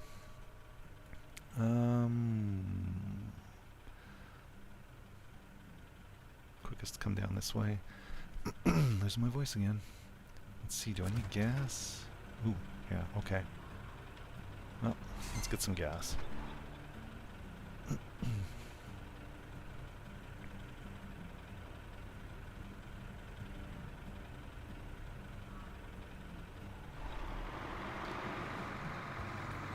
Yeah, so don't trust them. I don't know. I think the only difference between the right and the left in this corruption scheme is that the right kind of gives you some of what you want, kind of to, you know, give you a hope or a feeling that okay, there we go. I don't need to fill up that other thing, do I? Nope. To give you some hope and to kind of shut you up, and then the other side comes in and they're a little more whole hog on making the bad changes and shit, bringing in more, you know, central control and rules and regulations and bullshit, locking us down big time, making things more expensive, creating problems that they can fix for us. Yeah, okay. Although the other side does that too. It's just... But yeah, so our premier, so she said she was going to put the question on the referendum. We're having a referendum in October here anyway on a bunch of other stuff. And she said she was going to add the question for separation from Canada on there. And it has to be a very clear question. So the guys that came up with the question to use used the example that is in the law itself, so that they can't come back and say, well, it wasn't clear enough, so it's not legit. Well, it's the actual example in your fucking rules, your law there. So they did that, and then we had a petition. Yeah, I think we needed 177,000 votes or something, or signatures on a petition to have a referendum on separation, and we more than doubled that. And that's in the middle of a shit winter. The people, I stood in a line, it was, I don't know how long, for like 2 hours. There was a lot of people, and that was just one place. Lots of people came out. And so we all signed this petition, and then then they had these Indian chiefs, just 3 of them, and of course they're corrupt as fuck. They get money from the government, and their reserves are just slums. There's one here got over $1 billion. It was between $1 to $3 billion. And you can drive through that reserve, and it is nothing but broken down houses with holes in the walls, and it's like, where the fuck did the money go? Like, seriously. It's terrible. And the people in these reserves, a lot of them voted in the petition too. They signed those petitions as well. They want the fuck out. Why is it? Oh, because I'm looking at the other arrow. I see that arrow over there, and it's pick up. So they got these 3 chiefs because there's some stupid rule they brought in a while back that said they have to be consulted on government decisions that affect them. So they came in and said, well, we're making a court case against the petition counting because we should have been involved in allowing that or not. And there's no, like, this is a citizen-led petition. We don't need permission from anybody. We could have a petition on, you know, what color toilets should be. It shouldn't fucking, it doesn't involve them at all. There's no government here. It's, you know, it's just dumb. So they brought that in. People were laughing at it, like nothing's going to happen. And of course, some government-appointed judge backed it up and said, well, we're going to put the petition counting, the official count, on hold until I have a better look at this or whatever. And then she ruled in favor. So that it's all a delay tactic, right? So, to push this down the road far enough that it may not be a problem. So she okayed it, and then it went to a higher court, which took time, and they said, no, that's bullshit. Let the count can begin. So we finally got our count of the petition, and then the elections people here, we got more than we needed, which was good. But they disqualified a lot of votes or petition signatures for really retarded reasons, like people couldn't remember the exact time they signed or the day or something. Like, is this your signature, yes or no? Like they phoned, and they didn't do everybody. They phoned up a subset of people and then did like a extrapolation from that. So they disqualified a bunch of votes based on that. So people are pissed off, but it doesn't matter. We still had more than we needed. And then the premier said, well, we're not going to have that question on there. We're putting a different question. We're going to put a question on the referendum in October as to whether or not we want to have a question on separation on another referendum. So, again, kicking the can down the road. She's a fucking traitor. It's just, it's just so much bullshit. They're breaking their own rules, lying, and she's big time, you know. People were, you know, she made it easier for us to get the vote. It was a much more difficult process to get the petition for the referendum even happen, and she lowered the bar for that, which was great. And then she goes and does this, so it's like, just can't trust anybody.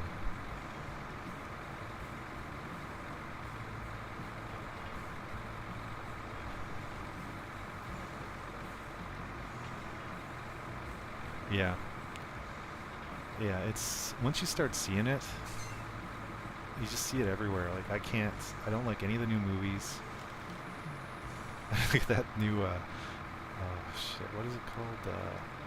The Odyssey there, like, replacing male characters with female characters. And you know, she used to be kind of hot back in the day. She was a cute chick, and now, what the fuck happened? Oh. That whole transgender thing, that's all about castrating people and causing, you know, problems, destroying the family unit. But yeah, a big part of what they want is, and they talk about this openly, killing off the vast majority of people on the planet. I suppose I need another one of the, no, now I need 2 medium planks, which I can get from over here.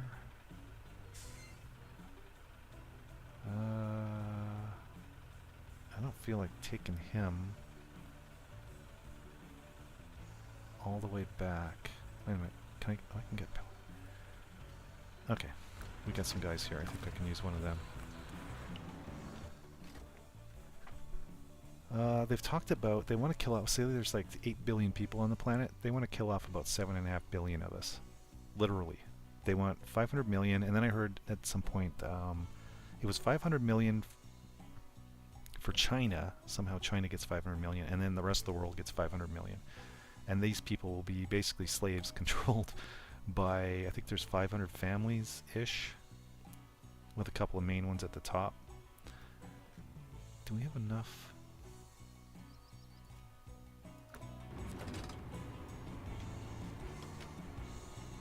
These are all logging trucks. Ah.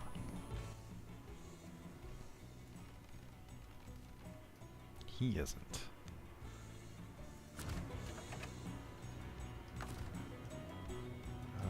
Attach.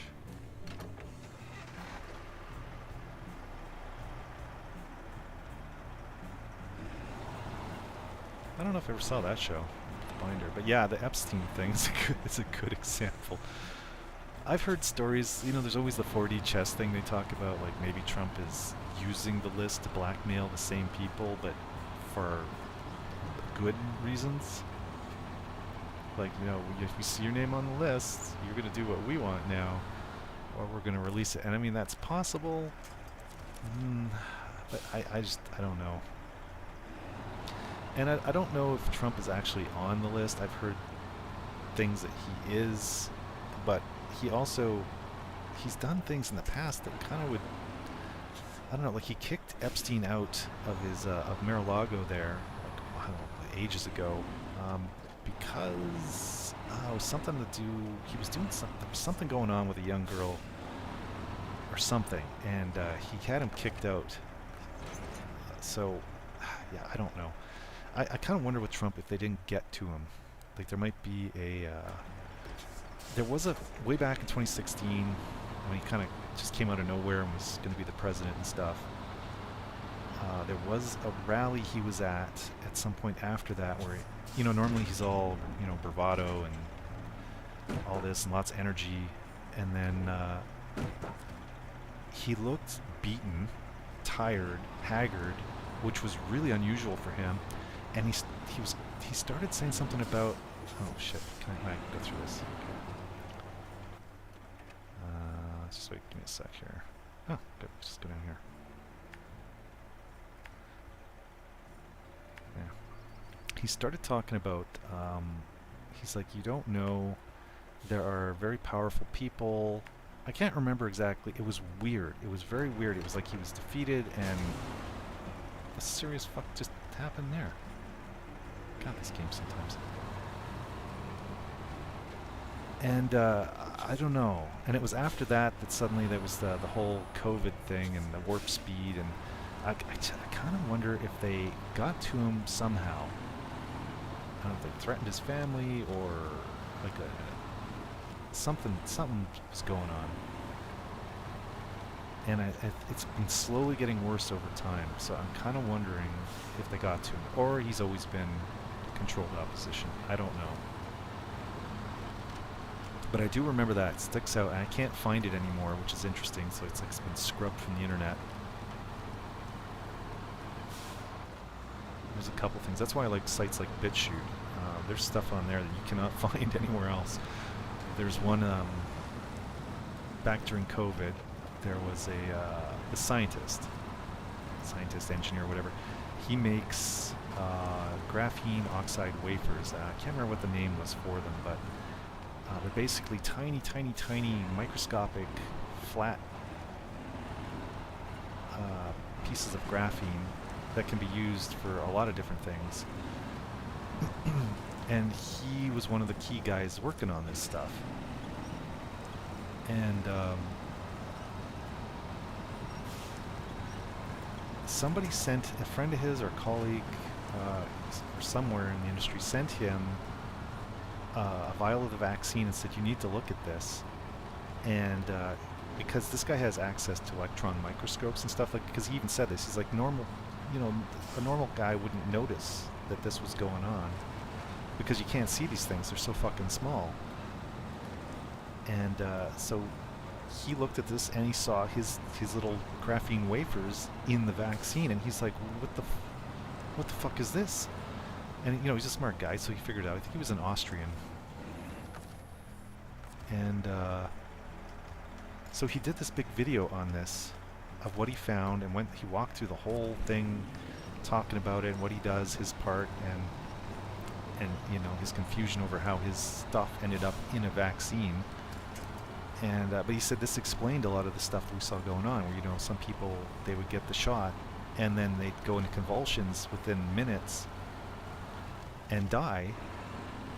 And he said this is likely because they've got these things, like this is why they didn't want them shooting you with the vaccine into a vein. It had to go into the muscle or the fat or something. And he said that's because these things will race through your blood vessels, and they're like tiny, super, super sharp. Like you can't, like the thinner it is, the sharper it is, right? He says, well, you don't get any thinner than a molecule thick.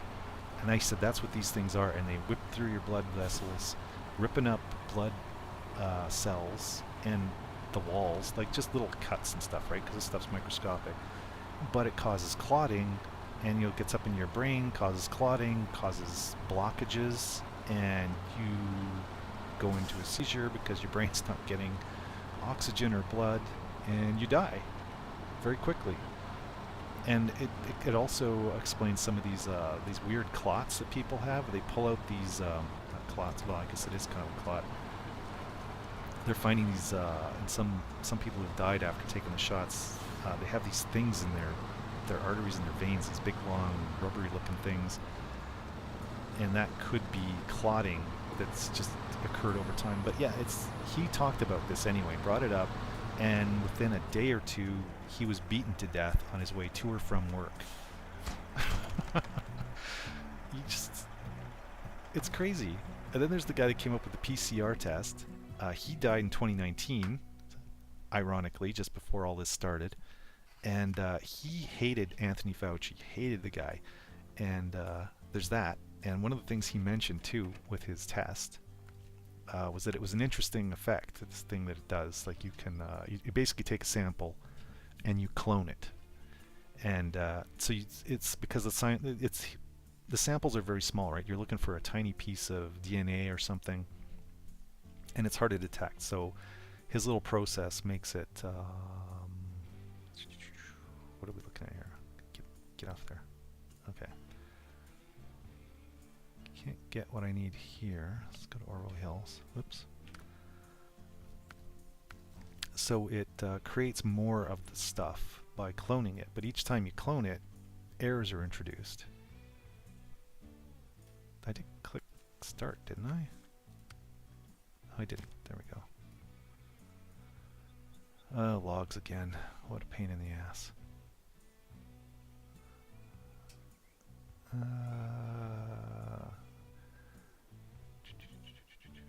Too medium, too short. Alright. I think this is where I've got all my... Nope.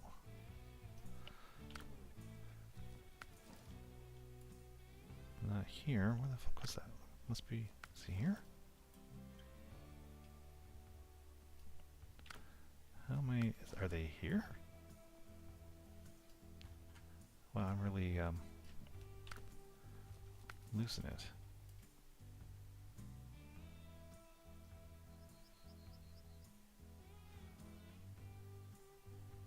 Feels like this should be super obvious. There was a spot where I had a bunch. I was just freaking there. I'm losing my mind.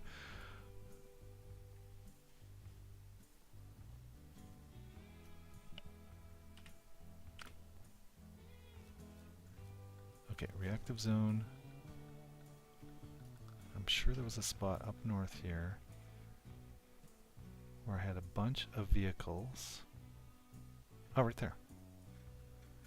Stupid fuck. All these logging vehicles. Alright, so I need to grab some logs, which are all down in Orvo. So reactive zone down to Orvo. Yeah, this is where we pick the stuff up.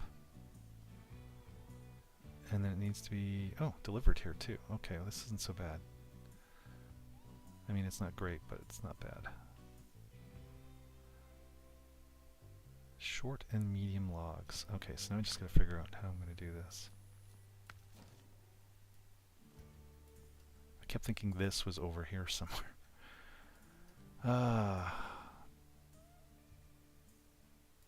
Okay, what have you got here?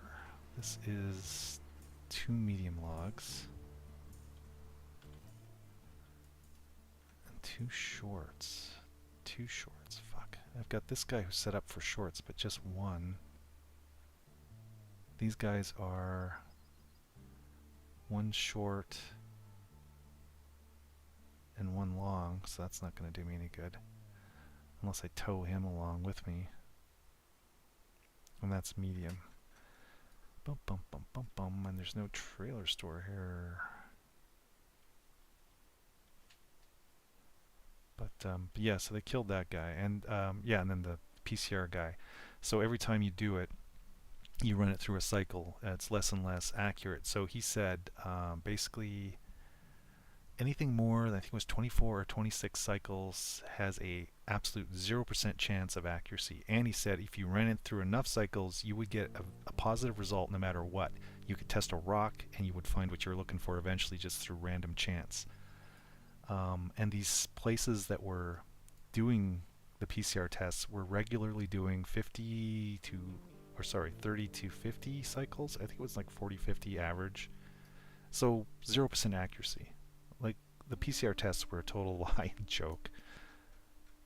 Oh man, what to do here? I'm looking for the quickest way to do this. But that means getting a trailer, and the trailers are all in places where it's going to take me even longer. I don't think there's a trailer store here. No. So I'm looking at going even further out. Alright. Let's just do this. I'm tempted to tow him with me, because that's kind of like a small trailer, so at least I'd get one of the short logs. You know what, let's do that. What the hell? But it was ironic, this guy died. The PCR guy died just before the COVID thing started. And then, of course, they're running these things through cycles that are obviously bullshit. And then there's, so I heard this before I actually saw it in real life. People who were signing up to get the PCR test done, and then for whatever reason they didn't make it, didn't go, and then like a day or two later they get a thing in the mail saying they tested positive. And they're like, well, how's this possible? I didn't even go and take the test. I heard about this happening. This was a thing. And then there was a dude at work. It happened to him. And I'm thinking, you know, what the fuck? So there was a big scam there. I mean, obviously they're just looking for positive results, and they don't care about reality or... That's a funny little vehicle. I think this guy will be able to do this. He's not the super duper best getting around, but he's okay. There we go. Let's get a center piece. Now, where do we go? I think we head back this way because we want to go down Orvo. Is it Orvo? I keep calling it Overo. Overo Hills. Alright, alright.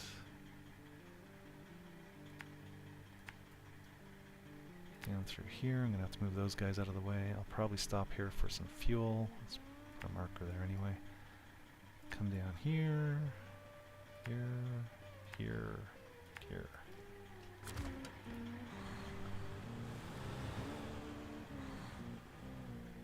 Yeah, the white clots, yeah.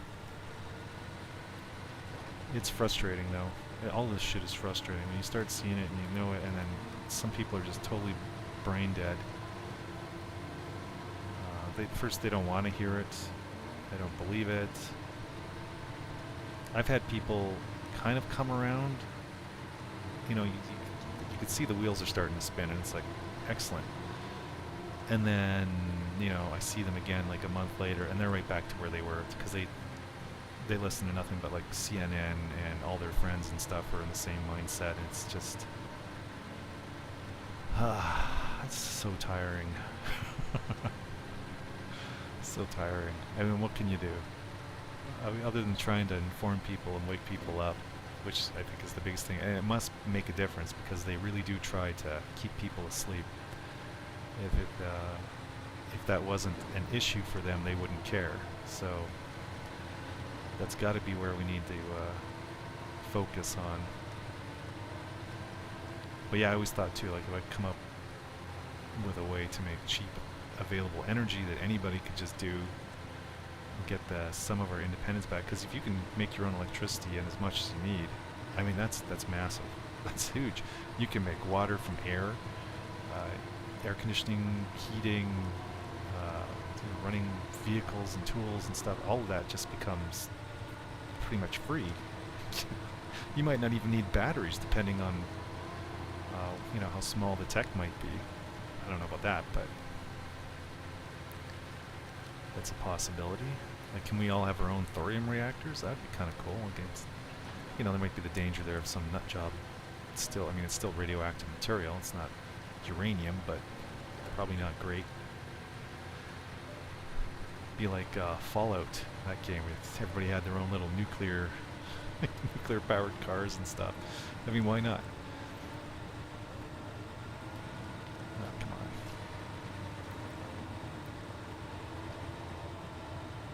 Come on, come on, come on. I forgot, when you're towing a vehicle, no matter what it is, I could be towing a Scout, it makes it like you're towing a lot more weight in this game.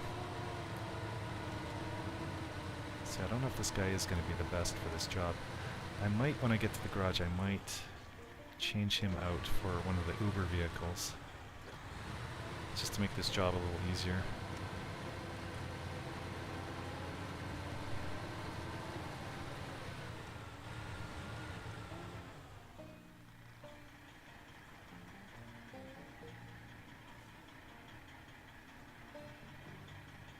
Okay, so you're informed. Yeah, there's stuff going back to like 2001, where they were originally going to call it COVID-20, and they did what was it? It was like trial runs and stuff, right, of possible pandemics, and it was called COVID-19, and a lot of the same stuff that happened. Like, you could see them planning this shit out. There was an interesting one too, semi-related. Early 2000s, Alex Jones there on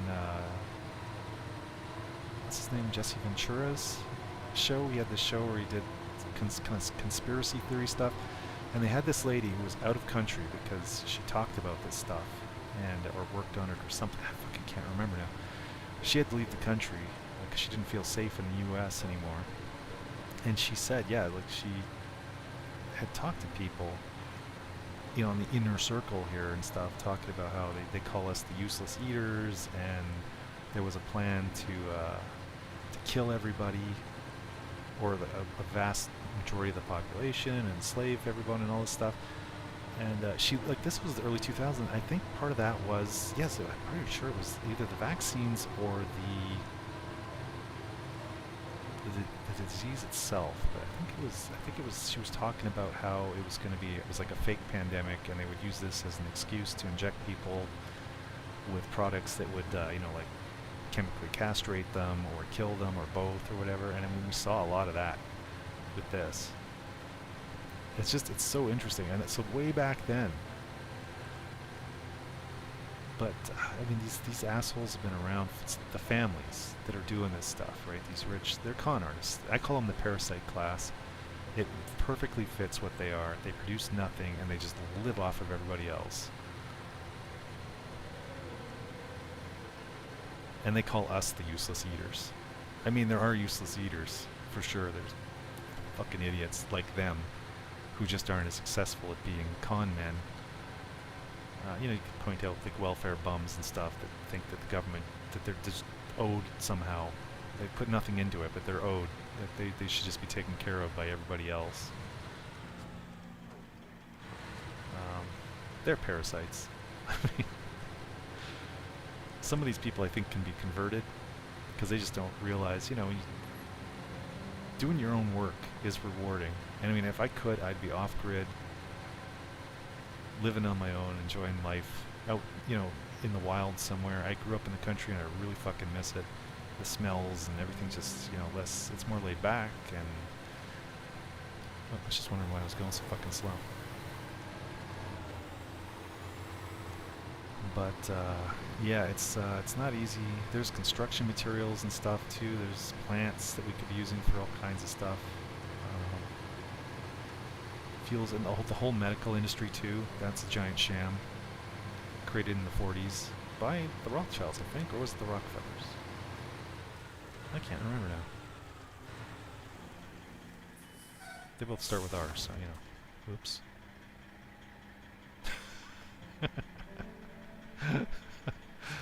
I didn't even stop that fast. Okay, let's pop this guy back for cover.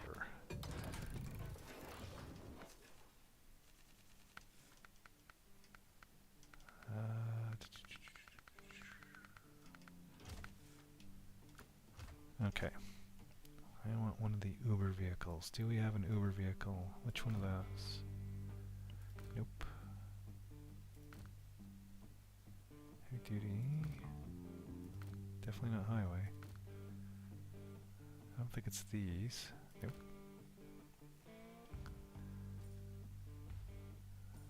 Ah. But can he take a low? I think he might be just saddle high. Kind of sucks. I'm pretty sure he is. This guy maybe. He's not the greatest. He's okay, but he's not the greatest. Okay, I think my Uber Duber guys, whoops, are out in the field somewhere. Bum, bum, bum.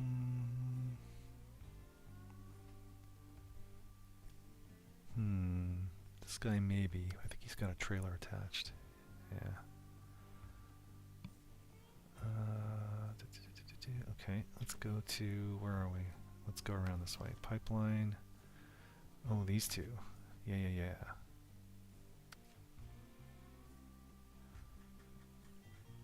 What's he got going on there?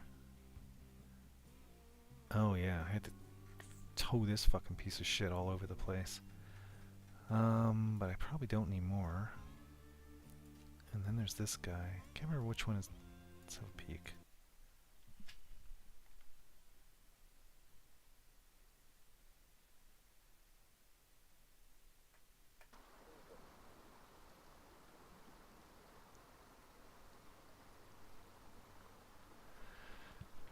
Yeah, I hope people wake up soon enough that this doesn't become a bigger problem. I mean, when you think about it, we're right on the razor's edge of like a super golden age. Let's recover this guy. Or dark ages like we've never seen in the history of man. Because I mean, these assholes. I mean, they're cloning people. They have to be. I'm sure they are. They were able to clone sheep fucking like a decade or so ago, and if they can do that, they can do it to people. And really, they can tweak DNA now. So if I was them, oops, I gotta put that away. That's what I'm doing. I'd be looking at shit. Was it a reactive zone? Yes. Okay. I'd be looking at cloning people that are specific to my needs. You know, you'd get the stupid, compliant, dumbass person. You can make super strong ones for work. You can make your sex slaves or whatever the fuck you want. Like, I'm thinking this is what they want. They basically want meat robots, one way or another. They want people that are 100% controlled. They'll do anything they're asked. Anything. Like, I'm sure they'll have robots, like actual robots. Actually, I could leave that on there. It's probably might come in handy. And is that a saddle? Oh, yes it is. So I expect that they'll have robots and stuff, but they're probably still going to want people around because of that type of asshole they are. Plus, I mean, if they're doing some of the stuff I've heard, the adrenochrome and eating people and stuff, I heard Helen DeGeneres has some kind of disease that you only get from eating people. Man, this thing is so fucking loud. It's the loudest vehicle in the game, by far. And this is one, it's also one of the best vehicles in the game. But you have to pay money for this one, like actual money. I can't remember, I think it wasn't much, it was like $5 or something. Maybe it was on sale, I don't remember. But he is loud. Maybe we can get further away from him here. Oops, wrong button.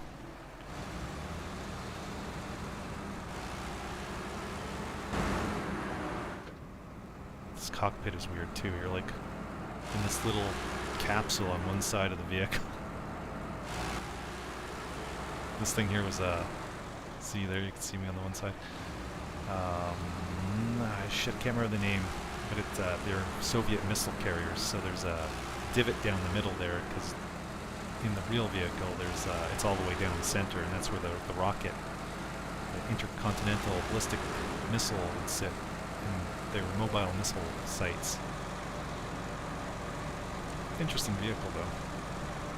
You can buy them. If you're in the Soviet Union. I mean, a lot of that old Soviet hardware is for sale and around, if you can find it. But yeah, good luck getting it imported. There's a Czechoslovakian company, Tatra. They make some vehicles like this. Really interesting stuff. There's also, they have a car company, and I couldn't find it again when I went looking, which is weird, but come on, dude. They still make diesel passenger cars, not just trucks, and really nice ones too. Czechoslovakia, a lot of the former Soviet states there that are all free now they really bounced back. It's shocking. Like this car company they make some really nice cars, but they're also very expensive, and you can't import them into, I think, any Western country. They, of course, because you can't have that. They fucked VW. I don't know if that whole thing was a scam or a plan or what, or if they just did, because VW did that thing where they were kind of faking the emissions stuff to get past some of the stupid laws and crap, and they got caught, and then as a result of that, in the end, they ended up no longer making their diesel vehicles, which blows. But this is going to be, every time I go between this tree and this post here, something in the back tries to get caught. So we'll see. This is really long. We'll see if this little tractor thing back here gets hung up. Hopefully he doesn't.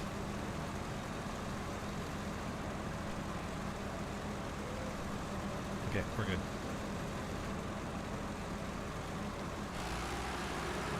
But yeah, that was suspicious. I'm just glad I bought one. And the thing just unbelievably, it just keeps running. I fucking love that car. I've changed the upholstery. I had dark gray velour on the seats, and the driver's side was starting to, well, it was wearing through where I get in and out. There's like an ear, I guess you would call it, on the rear part of the seat. They're kind of like bucket seats. And I was always rubbing against that, my shoulder or my arm, getting in and out. And eventually it wore through. It took a long time, and it was kind of bugging me. So I went looking around, and I found this place called leatherseats.com, and I spent a little bit of dough. It wasn't too bad. I mean, you consider what it costs to get leather seats put in a vehicle, it was less than that. And leather seats were an option, apparently, with some models of my car, and they don't look anything like what I bought. It's so nice. But I had to do all the work myself, so I did it over at Christmas. What's going on here? Turn that off. There we go. I did it over Christmas vacation. I don't know if it was one weekend or two. I removed the seats from my car, took off all of the upholstery, and put this new leather. It's a two-tone red and black, basically, with red stitching. Looks fantastic. And I put that in there, and it was a learning experience, but it wasn't too difficult. Found some issues with my seats that I needed to fix. Okay, first I need to go get the logs, which are over there and there. I think these guys were the short. Oh, he's medium. He must have the shorts. Yeah. Alright. We'll come down this way. And I'll dump off the little tractor guy, and then I'll head over here. Alright, so I gotta go this way to go around this stupid thing.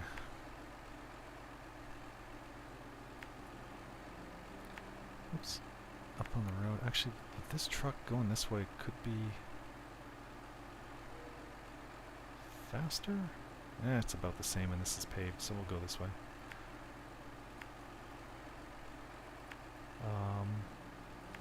Yeah, that was interesting. The front seats are heated. I didn't even actually ask for heated seats with that car, because they were extra. It was a package. Heated seats and the sunroof were part of a package, and sunroofs can be a problem. They can leak and stuff. So I was like, you know, I don't need a sunroof, and I don't need heated seats. My wife wanted them, and I was like, well, you know, you got your car, I got my car. I don't want heated seats, so. Wait a minute. Yes, that's medium. What does he need? The first house. Okay, so he does need medium logs, so we will go back up here and drop that off.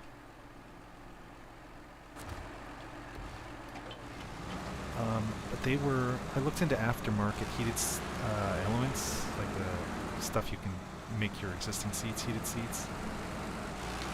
And the quality was not good. They're connected, there's an element that goes to the seat that's all in series. So if it gets broken anywhere at any time, the whole thing will stop working, right?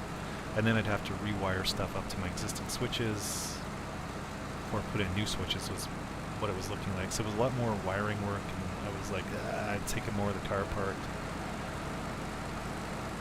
So then I started looking at my existing heated seats, and basically it was just there's a pad that's sewn into the bottom underneath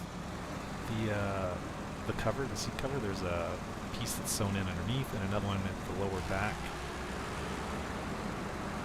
and they're in parallel, so it's like a mesh.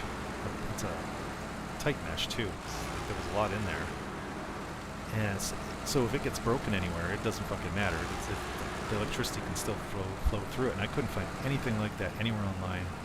So I ripped all the threads, took it out, and sewed it into the bottom of my new leather seats. They're fabric underneath, so I was able to do that. And yeah, I hooked it up. It's all in my original wiring and stuff, so it wasn't, you know, I just moved them from the old seats to the new seats, basically. And yeah, that was a few years ago now, 5 or 6 years. No problems at all. Works fantastic. Oh, wait. What is this job? Where did this come from?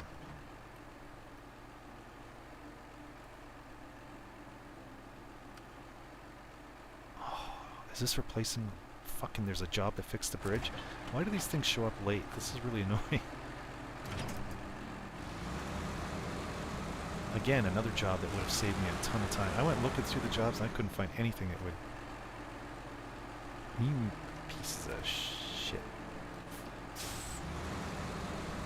Alright, well there's another job I'll be doing. Would have been nice to have earlier on in the game. I guess I've got other jobs I still need to do, so... That'll save me a ton of time. We'll have to come down in this muddy mess anymore. Whoop.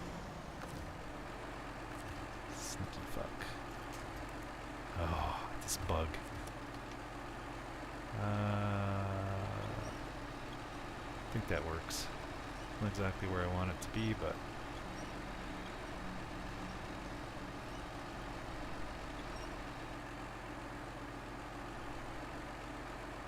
I've actually got two VW, the one's my wife's car, but I've got the an '01 TDI Golf VW, so it's a diesel Golf. Looks like brand new. Get it shined up, it's fantastic. It's like a dark green gem. And then I use fancy, I'm anal about it, so I do all kinds of crazy shit. The other car is a 2009 VW GTI. It's also a hatchback. And that one's my wife's car. She had a 92 Tercel, which was a fantastic little car, actually. It was surprisingly good. It's peppy and everything. It burned a little bit of oil. Could have fixed that, but she wanted a new car at the time, so we got her this. And we were going to get just a Rabbit, or sorry, Golf. Show my fucking age here. but the dude had a GTI there as well, and he says, "You want to take that for a test spin?" And they just let us go. He didn't take our, they take some ID or wallet or something. And he was like, "Whatever, just go and take it for a spin." Pretty fucking trusting. So we took it for a little bit, and it was so much fun. Very peppy compared to the other one that we'd driven, just a normal Golf. So yeah, we ended up getting it's a black one, a black GTI.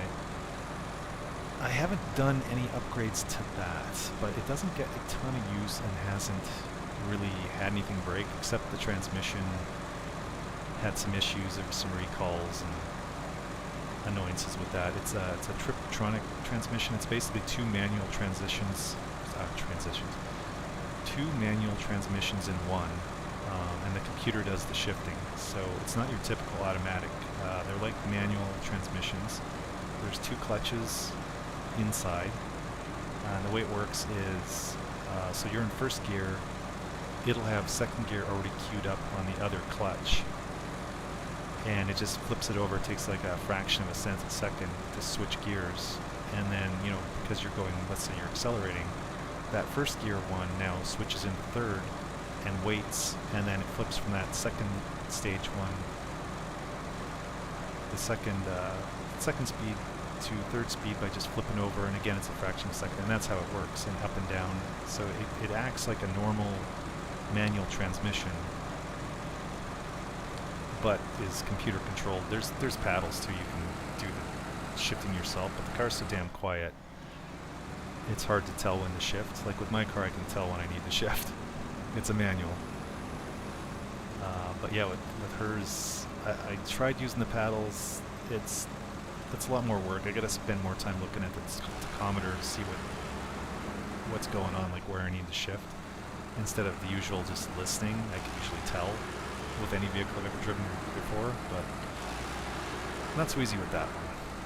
But yeah, there was an issue with the belt tensioner. It's got a chain in it, and there's a tensioner that had some kind of issue, and it was in the shop once or twice for that, because they had a recall on it, and then they had a hell of a time with it for some reason. But that was a few years ago, and it's been good ever since. Haven't really had any issues. Rust, of course. Rust with everybody's vehicles these days. I see brand new cars with freaking rust. Not even a year old. And I think there's something going on there too. I wouldn't be surprised in the least. Okay.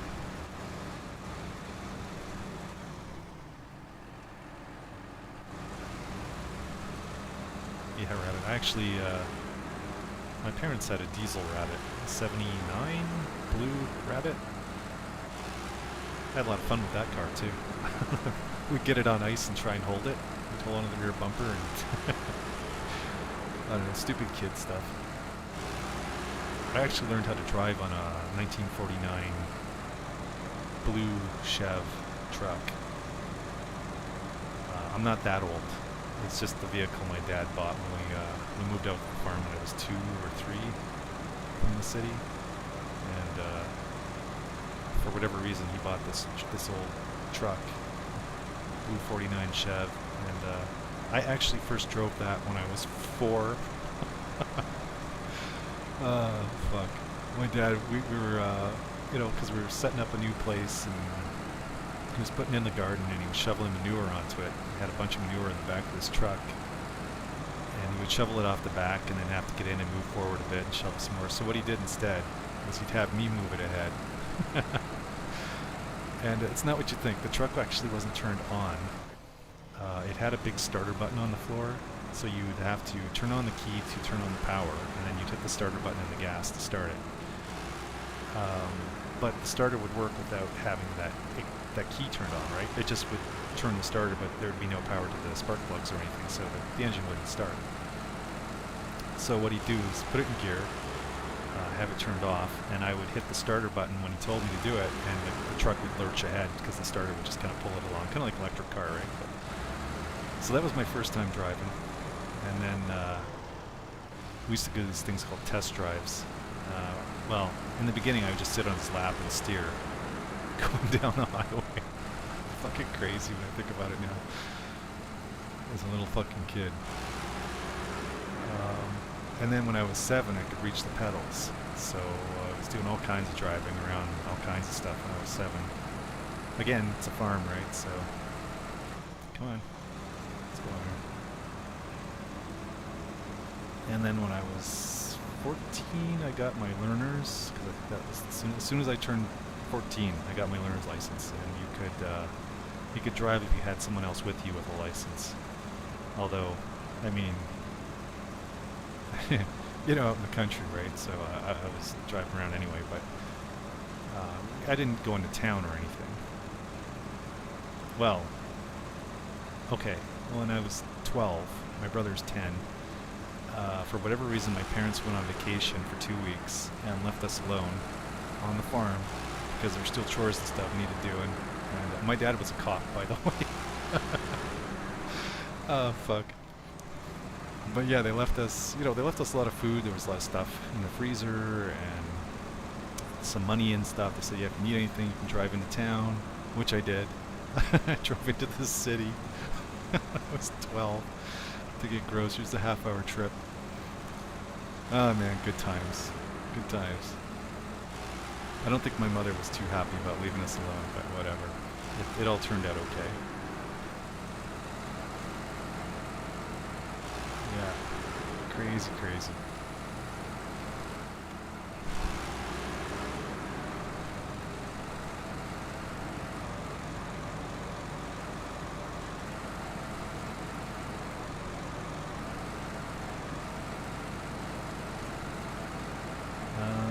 Let's kind of look at the map here in a minute. I feel like I've been driving for a bit.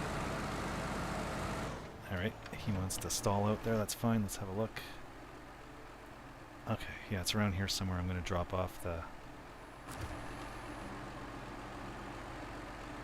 Amaru. I can't remember what the name of that thing is. Tractor. Looks like a tractor, let's call it a tractor.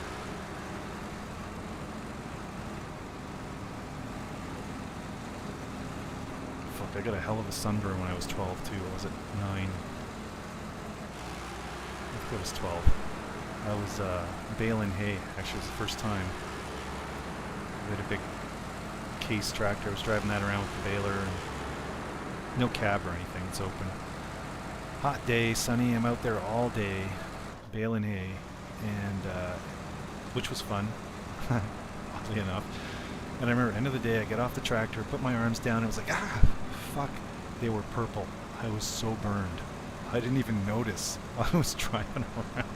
But as soon as I got off the tractor, put my arms down by my sides, and they touched, and I was like, holy shit, I was so burned. I've never been that sunburned in my life. And I don't know how I didn't notice. I guess I was just so focused on what I was doing. But yeah, that was a hell of a thing. Actual burns. Let's see, I've been electrocuted a few times. Mistakes. Not really my fault. But I was actually burned. Just my thumb. We had a burn barrel that we burn all of our garbage in and out on the farm there. It's common. It's what they do. And I don't know, it was like 3 or 4. And for whatever reason, I grabbed the edge of the barrel and, yeah, burnt my thumb. And that hurt like a hell. Like I still remember that. That was, like, burns are not pleasant. Extremely unpleasant. I feel like those guys that get burned, you know, you're really burned, like full body burns or something, like, Jesus Christ. I can't even imagine. Yeesh. This thumb thing was probably the worst pain I've ever had, and I've had a lot of pains, cuts and things, nothing like that. Can't even imagine. Come on, dude. Oh, it's that tree probably holding me up. Oh, maybe not. But yeah, the electrical burns, actually, might have been that same thumb. I was running around our house when they were building it when I was a little kid. That would have been 5 years old. And I was running around a corner, and you grab the wall, right, to kind of, as you swing around, and I put my thumb right into an open outlet for a switch. that hadn't been installed yet, and got a little zap there. And probably the next time was grade 6. There was a Christmas tree, had some lights on it that were acting up, so I was replacing the lights. And this thing was sketchy as fuck. And yeah, one of them electrocuted me in the hand. It just got a tingle. But yeah, it was a really old tree or something. The cord was in bad shape, and got a little zap there. Nothing bad. Every time it wasn't bad. Just you get the weird nummy, tingly shit going on for a while, and whatever part got zapped. But yeah.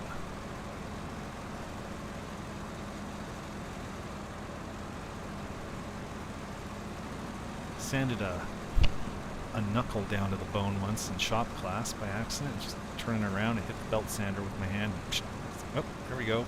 Look at that, there's some bone. It's a good spot for a scar though, because I couldn't even tell you which. Well, I might be able to find it if I look really hard.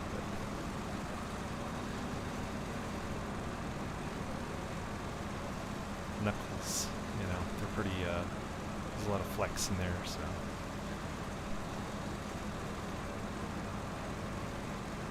Never broken a bone. Let's see, I fell off the house roof once, a haystack, which is about 2 stories too, probably, and then I fell into a big pile of snow, so I guess that didn't really count. It's probably as close as I've gotten to breaking a bone. Well, there was a hot tub. My brother bought a hot tub, a used one. And it was extremely heavy. It was waterlogged. There's this foam inside all around, and I think he still got it too. But it was, for some reason, it was waterlogged big time. So there was 8 of us lifting this thing, and it was everything we could do to fucking lift it.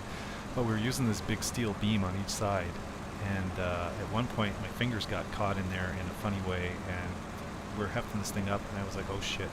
I came so close to getting my fingers crushed / ripped off. The guy behind me saw what was going on. But luckily, yeah, nothing happened, so that was good. I was a little worried there.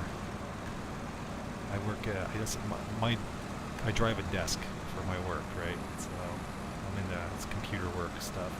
So fucking my right hand up would not be a good thing.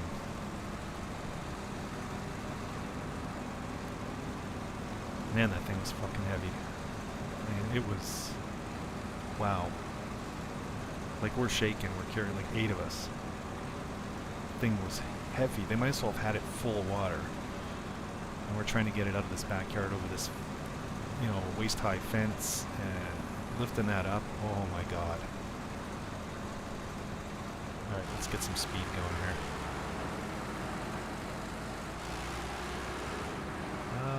And let's double check. Are we going the right way? We are. Alright. But I'm cutting you loose, dude. And because I moved you into the wrong spot, I'll be coming back this way, so I don't want this thing in my way. This thing's not bad getting through just about anything.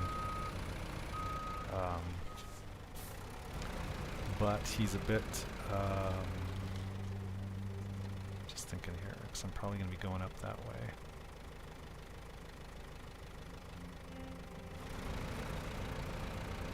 Let's just pull him up on the hill here.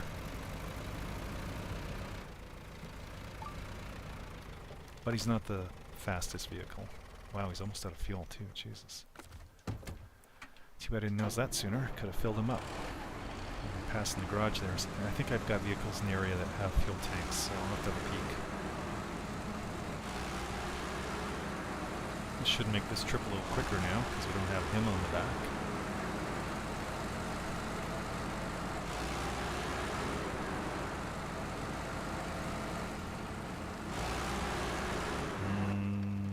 Yes.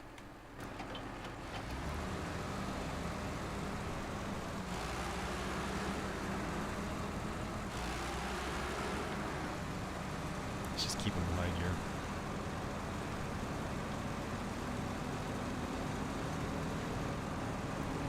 High gear is almost as fast as your top speed in the automatic, but you can't start from the stop in high gear. It'll damage shit, and if you stop and try and keep going with it, it'll damage shit.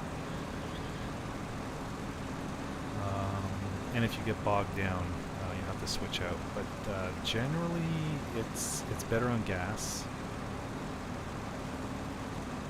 And like here, I'm gonna get bogged down, and then it'll say, "Yeah, engine stalling." I have to switch down into automatic. The annoying thing about automatic is when it starts getting a little bogged, he'll down gear into first, and it's plus as he's going up to the gears, he kind of slows down each time. It's kind of annoying.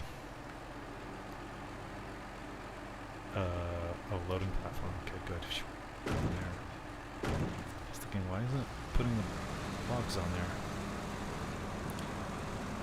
So sometimes high gear is better. He doesn't bog down as much, which makes things quicker overall.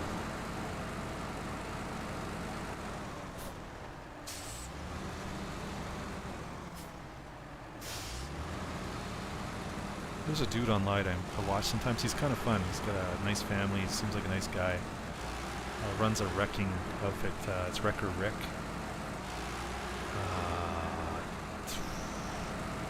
Can't remember the name of his. Well, probably just look him up. You'll find him. He has vehicles like this. It's cool. Okay. He finds these things and kind of fixes them up, gets them going, and then he uses them.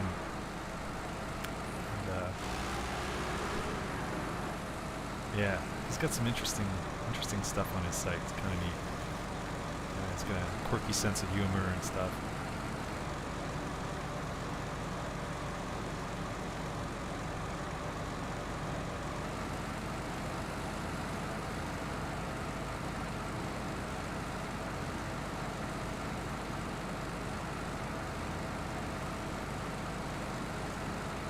Right.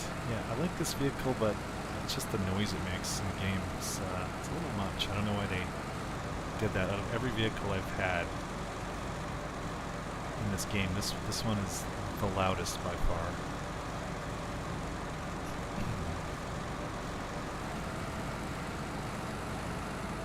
See, now he's getting bogged down, and we're back in first gear. Pretty sure if I was in high gear, I probably could have kept going around there. Maybe.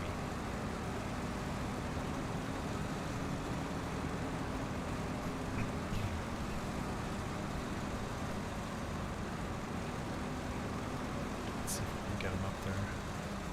Nope.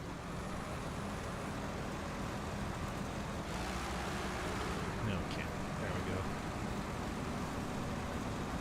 And going from high gear back into automatic is usually the fastest way to get yourself from slow speed up to the fastest you can go. And he's got a downshift. There we go. Yeah. If you hit stuff while you're in high gear, like these rocks and shit, even if you're not going that fast, the game generally tends to give you a higher chance for damage if you're in high gear when you bounce off things like this. Not a big deal with this guy though. He carries a ton of supplies. Not a lot of fuel, but a lot of repair supplies. He carries a ton.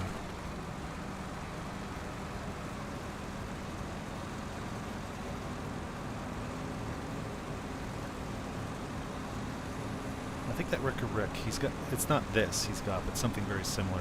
It's an 8 or 6-wheeler that looks very similar, kind of military-ish. And it's super loud. He always has to wear like ear protection when he's in it. Okay. So now we want to get him out of the way. Let's see if we can, oops, go around this way.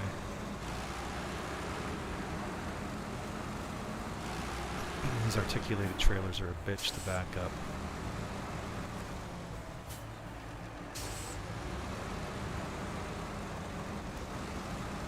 Play that American Truck Simulator. He's gonna get hung up on this tree for sure. Those bars will get stuck.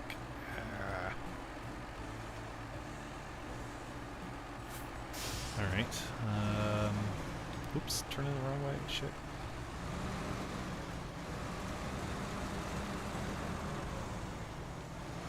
Yeah, now I'm really pooped.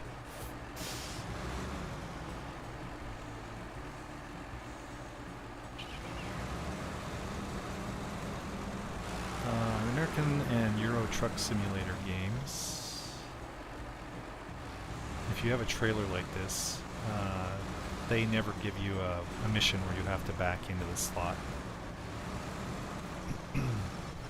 It's always a drive-in straight, although that doesn't mean it's easy either. I've had ones give the really big loads where it's like, you know, it's got 4 different spots where it can bend in the middle and really long, and they'll give you like a really short space to try and get that thing in, and you have to line it up just right on the parking spot, and if you don't on your first try, oh fuck man, it is so much. You cannot back those things up. And you've got a time limit to do the delivery, and yeah. Let's stop there. Oh, hey. See you later.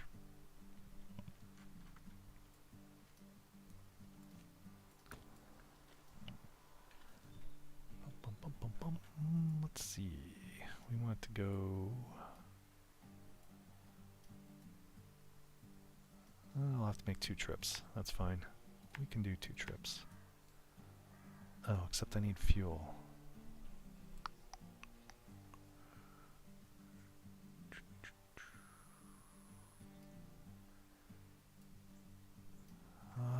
This guy has fuel.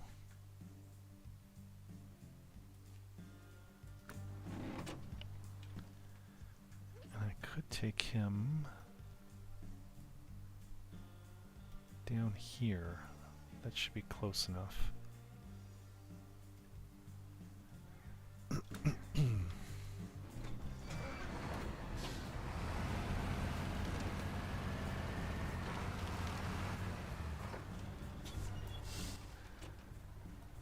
Just wondering, there's a path down here, but it's nah.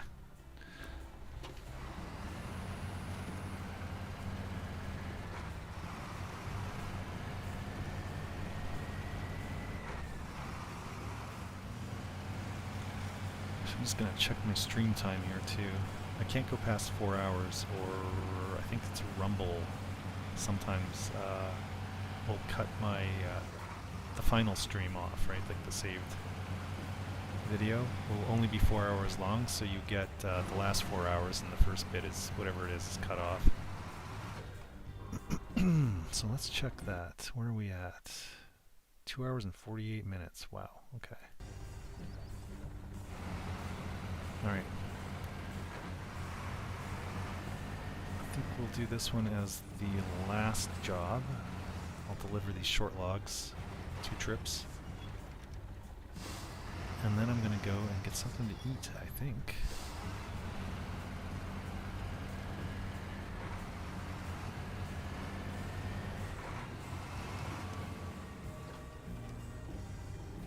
This guy does not have a really wide turn radius.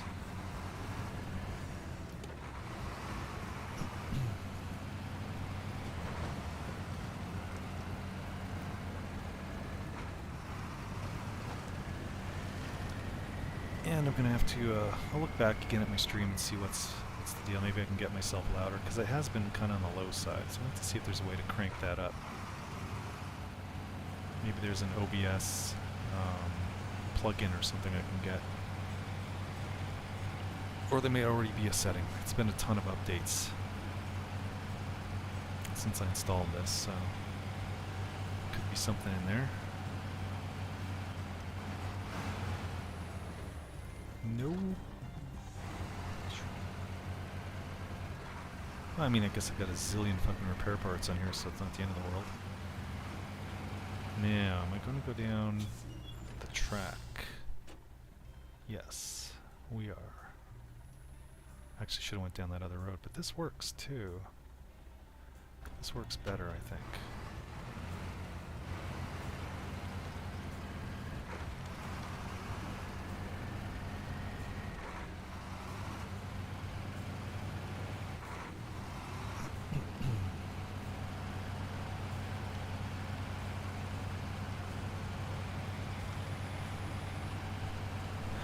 And yeah, after this job, there's three roads that I can open now that would have been nice to have open a lot sooner, but yeah, I couldn't. There was nothing in any of those events or those jobs that led to this that said that this would be an option to open these things up. Sucks, because I would have done them way sooner. Okay, why are we slowing down? What's happening here?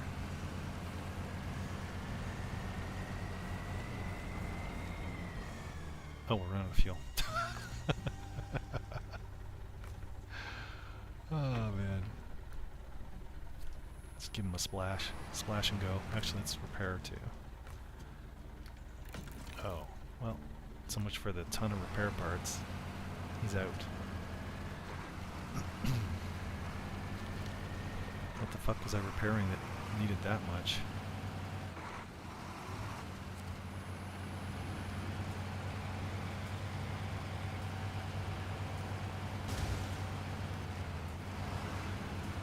I don't think he's got a lot of fuel left either. So I might be popping him back to base soon.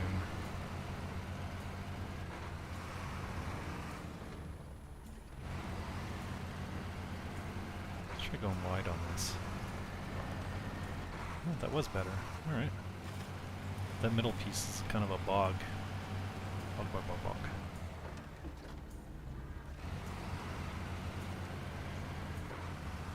Alright.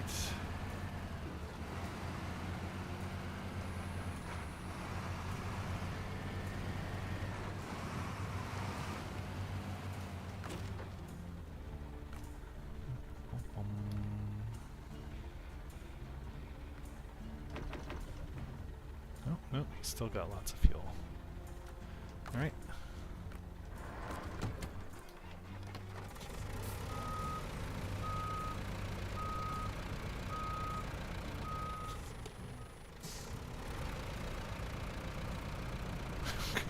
Bouncing around in there.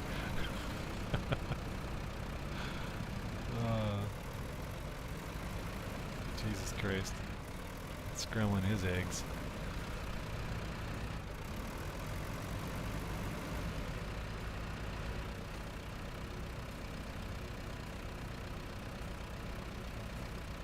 Nope, nope, nope, nope. Fucking rocks. At least we didn't take any damage. It just was nice and smooth up over top of that rock.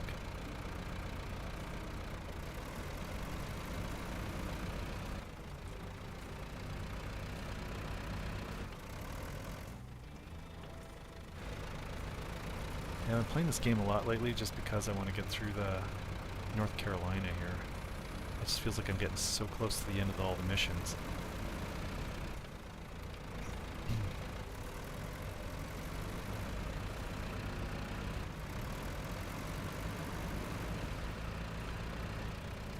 But I'm sort of feeling like I want to get back into, well, I don't know. I was thinking like Return to Moria or Cyberpunk. I started that game and kind of haven't gotten back to it. Discovered that so the game started on ultra ray tracing settings.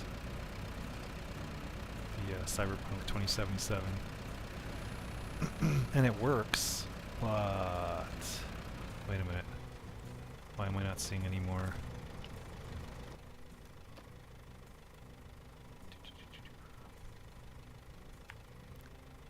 Fishing Festival. Do I have Fishing Festival? I don't. I'm gonna grab you too. All these new jobs that opened up, like fuck.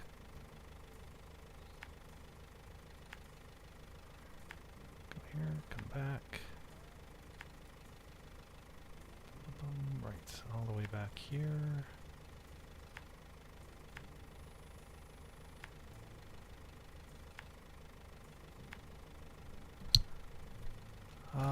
What the hell was I talking about?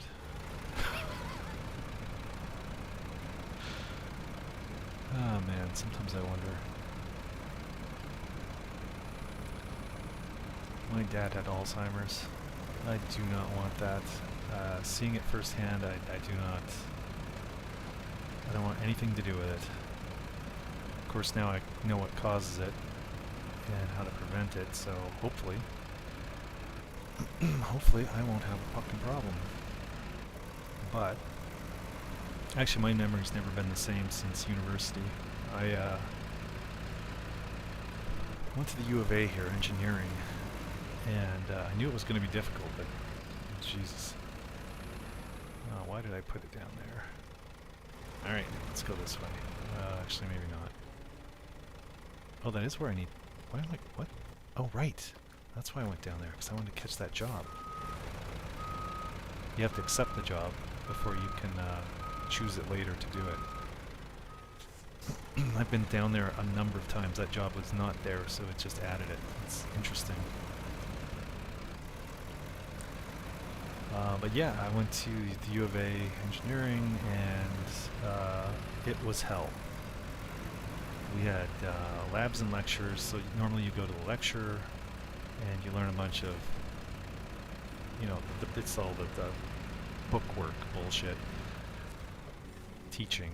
And then at some point, either that day or later that week or something, there'll be a lab where you will put that into use, right? Whatever you learned at the lecture. And I had more than a few times where you go into the lab and the guy would be talking about what we're going to be doing and stuff, and you'd be like, I don't remember this. You know, you're just sitting there thinking about it, and then you look around, you see the same look on everybody else's face, and you'd realize, they fucked up. So they're out of sync somehow. And alright, come here. And that happened a number of times. Luckily, every time that you know, the guy who's running the lab would figure it out and go, oh, okay, whoops, somebody fucked up, either him or the other guy.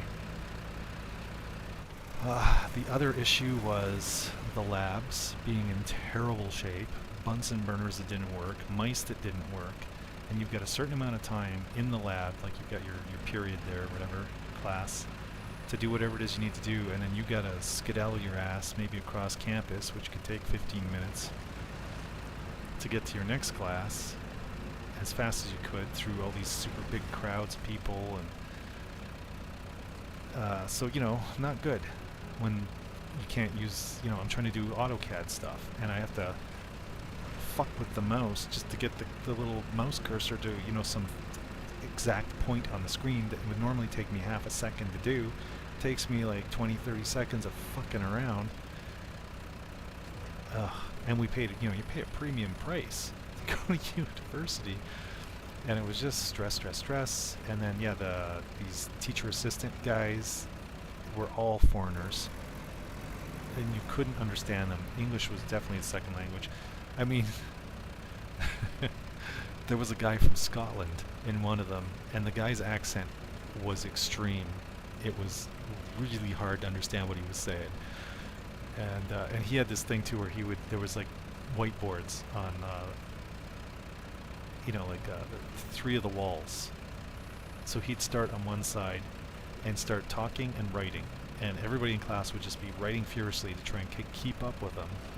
He'd usually be a board ahead, and you'd just be like, just giving her your chicken scratch. And part of the problem was he'd use a lot of shorthand. So, you know, like 2 squiggly bars with a line in the middle or something, and what the fuck does that mean? I don't know, I'll have to figure it out later. You just like try and copy it down. Well, first you have to, like, your brain goes, is this shorthand, or am I, you know, seeing something wrong? Is this handwriting, right? Maybe. So stuff like that. And then you had professors. We had one guy, a class of 200 plus students. He'd be down there at in the auditorium. I can't remember the name of the course. Talking about his $200 and some thousand, and this is in the 90s, mind you. So he's talking about a $200,000 Mercedes that he bought for the entire class. And he, at one point, I think he told us that he didn't give a shit about us. It was a big joke for him. He just needed to do the class side of things to keep his funding going for his projects. Yeah. Okay, great. That's fucking awesome. Fucking 200 and some thousand for a Mercedes. He's got the money. And so, like, these days, what is that? $1 million plus? probably at least. Like, jerks. We had another guy who'd go out of his way to, his name was Wormsbecker. His last name, that's his actual name, was Wormsbecker. And he would go out of his way to belittle students. He'd ask questions that he knew nobody had an answer to, and then he'd call you an idiot when you didn't know the answer. And so you couldn't get past this guy. You could try to ignore him, look away, or sometimes looking at him when he would ask a question, then he'd ask you. Or that was the AutoCAD course. I remember that. So many fucking pricks. Not all of them were. There was a guy, first year, there was an English course we had to take because we had so many of these foreigners, mostly Chinese guys, who didn't know English, but so there was an English course, or yeah, I guess, that you had to take, which was kind of a do-nothing, for us, because we knew it. But he'd do fun stuff, right? Like we'd write stories about the Terminator or something. So that was kind of cool. And the chemistry course was cool too. That guy knew what was going on, and he told us as much too. But he was there to try and teach us, where the other ones were just, it was just a treadmill to have you on. And yeah, so I'd have Friday nights off. That was it. I gave myself Friday nights off. The whole rest of the time, weekends, everything, was trying to go over the information that I'd gathered during the day to try and right, we're going this way. To try and keep up. And so anyway, at one point, I mean, I used to have a really, really, really good memory. Smart kid. I know I'm tooting my own horn, but I'm kind of a nerd. Some of this stuff, I could write my name in binary on the blackboard in grade 7. So, but I was studying for upcoming exams, and I was looking over this work. It was dated 2 weeks previous. It was a quiz of some type, some kind of math, and it was my handwriting. I got a good mark on it. I didn't remember doing it. I didn't know how to do it. Nothing. And I realized there was like a whole 2 weeks just gone. Just gone. I couldn't remember anything. I remember that, which is interesting, but I did not remember. I couldn't remember anything, and it was like, what the fuck is going on? And I'd already been, because of the way things are, I was thinking, man, I got another, how many years of this left? And I mean, there were guys there, rich kids, who had tutors and stuff, who were there first semester, who had been there 4 years. And then there's the bell curve. So, if you get these geniuses or guys that have all this money and help on the side, they destroy the bell curve because you're marked on how well the rest of the class does, right? You're marked, 50%. If you're in the middle of the marks, you get 50%. If you're at the top end of, beating other people, you get higher and you're lower. So you get a bunch of brainiacs in your class. Your chances of doing well are bad. And on top of that, you'd get people sabotaging other people to make their marks lower, so raise theirs, and it was a really bad place. And when that happened, I lost the memory. I was like, that's it, I'm done, I'm out. I didn't like it because I'd never given up or quit before on anything. It just made no sense. So I was like, I'm out, this is dumb. I don't even know what kind of job I'm gonna get. It doesn't look like there's any jobs. And that was the thing too. So after, I sat around for a month doing absolutely nothing. I did nothing. I slept most of the time. Nothing. And I remember that started eating at me, but I was stressed. I was so fucking stressed about just everything. And so yeah, spent a month doing absolutely nothing. And then was looking around and decided to go to NATE, which is Technical Institute, and decided to go into the computers thing there because I always liked computers. I was good at that too. But the upcoming semester was a bit down the road, so I took a temp job at a law firm that my aunt worked at, oddly enough. That isn't why I got the job there, it just fucking turned out that way. So strange. She was a receptionist. And it was just filing. Clerk stuff. But, it was a job until I could, help pay down my student loan a bit that I'd taken out for the university. And there was a guy there. I've talked about this in previous streams, so sorry if you've already heard this story. I do that a lot. He he was off big time, and the story was that he had made it to third year engineering, same place, and burnt out, and now he had to, this is what they told me, relearn how to learn. So he was doing filing, and yeah, there was something wrong with this dude. He might have been a little autistic anyway, but there was something wasn't right. And I remember thinking, like, Jesus Christ, is this a bullet that I dodged? Like, oh my God. And Nate was much better. There was issues there too, but it was, as far as learning, way better,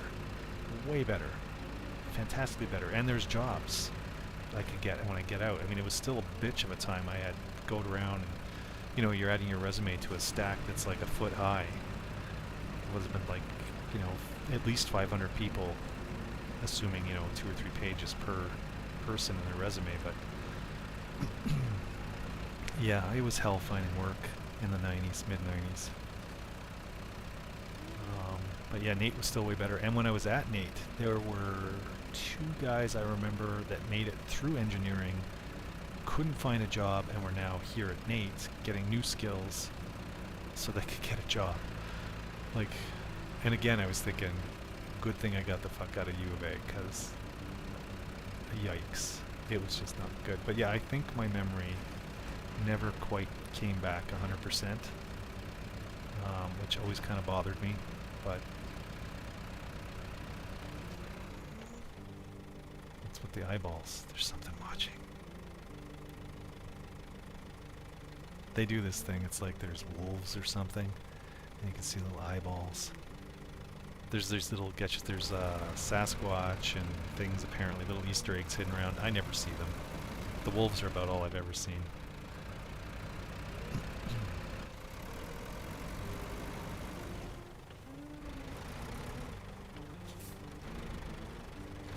Speaking of Easter eggs, when I was playing American Truck Simulator, it started raining in the game, right? And I'm driving along, and I see this weird vehicle coming towards me in the other lane, and I'm like, what the fuck is this? And it was, because my wife watches the tornado stuff, and so I knew what it was. It was the Dominator. And I'm like, what the fuck is that doing in this game? Like, and so I looked it up, and sure enough, I don't know why or when or whatever, they added it in, and there's a certain chance that when it's raining, you'll see the Dominator on the road. That was cool. It was unexpected. That's what made it cool, I think, was that it was like unexpected. I'm driving along and then it's like, what's this weird vehicle? I've never seen this before in here. I'm like, what was that? Because it's kind of shot by, right? I'm zipping along at a good pace. And I think that looked like the fucking Dominator. I wish I could have seen it better. Like if it was on the same side of the road or something, I could have stopped and had a closer look at it. Or not stopped, but matched its speed. Because I've never seen it since, so the chance for seeing it must be pretty fucking low. I should probably grab some gas. Nah, we should be fine. I'm gonna have to come back this way to get a second load anyway. So yeah, this little guy, he's great for getting through stuff. He's just not super fast. And his whole thing is that he's a logging vehicle. Although you can tow other trailers with it. The only thing he does in the back is small or medium logs. And he doesn't have an option for long logs.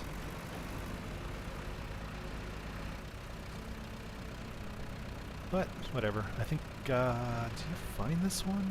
Or do you have to buy this one? I'm not sure anymore.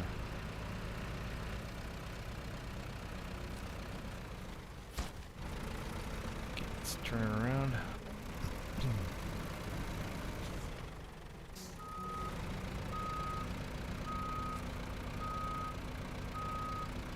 Kind of a weird little cab. It's like, oops, stupid Just like buildings in the way of my camera.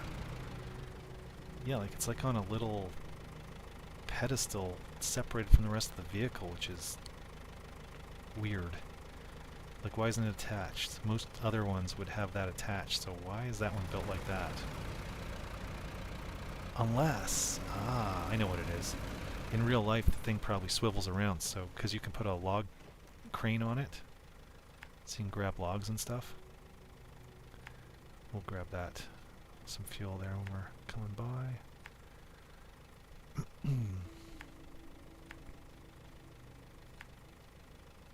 So that makes sense. So he probably spins around and then you can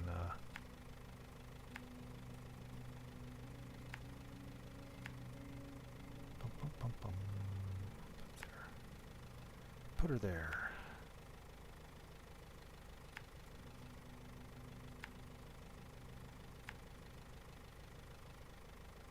Yeah, I'll be able to figure it out from there. Yeah, that makes perfect sense. So you can spin it around and see what he's doing. Now I know.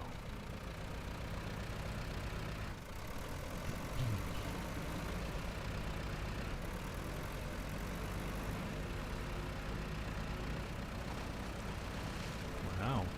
Actually had some speed going there. Still sort of do.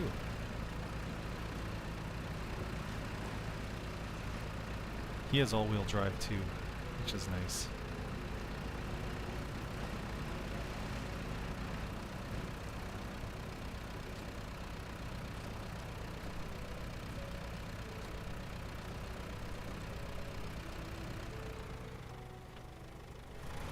I'm going to call you R2. How about that? R2 Road TV?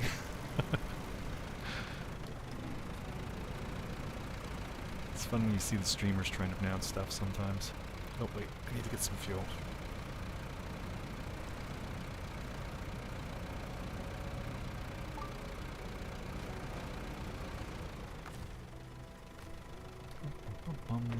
Thank you.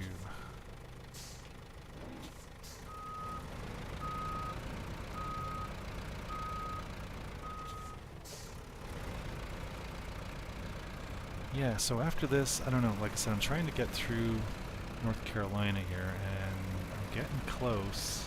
I can feel it, so it's like I want to keep going on it to get through it, but at the same time, I'm sort of getting a little bit of Snowrunner fatigue.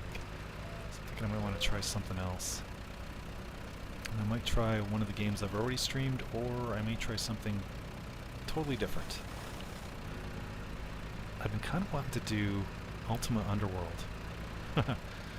That game is the first one that ever had graphics like this, like a 3D look around type game. It was they were the first. They were the trailblazers, breakers, whatever. And it still holds up. Because I started playing it, it was a couple months ago now, but I didn't get too far into it. I don't think I ever did finish it either. The first time I played it back in the 90s or something, because there was no there were no cheats back then, no walkthroughs or internet. Or I guess there was internet in the late 90s, but it was kind of very rudimentary. But yeah, there was no. So I was missing something I needed to complete the game, and I had no idea where to get it. And I went walking around all the tunnels. There's kilometers of tunnels. There's secrets, and yeah, I couldn't find it, and I just got frustrated and gave up. But I figured, you know, close enough, I won the game. I just needed one extra thing that I missed somewhere. But yeah, I thought maybe I'd give it another shot, and I was surprised. I was kind of having fun at it. Some of those old games, you go back and they are not what you remember when you played them the first time. It's like, ugh, this is just, ugh. But this one wasn't bad, so I might try that one. I keep saying that, but I'm not sure how fun it would be to watch, Chris. And I'm playing this stupid game. Although people do watch me playing it, I just stream for the hell of it. I don't really care if people watch or not, but it is interesting that people would watch something like this. I mean, there's not a lot to it. If I wasn't talking, I'm not saying I say interesting stuff at all, but if I wasn't talking, this would be a boring game. But I guess you could say that about, you know, even Call of Duty or something. If there's no interaction with people or there's no talking, it could be probably pretty fucking boring.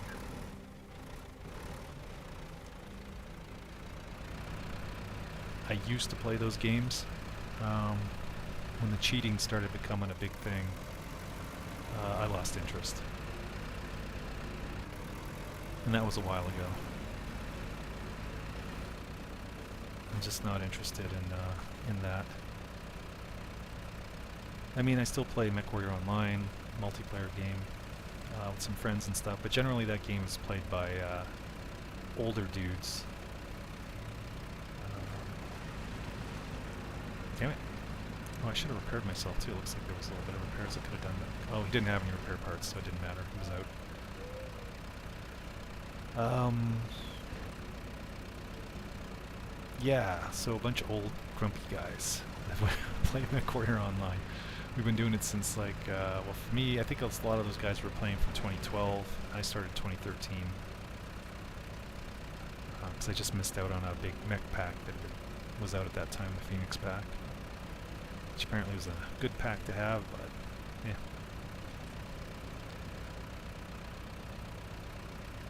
But even with that, there's a lot of there's cheating and just the game.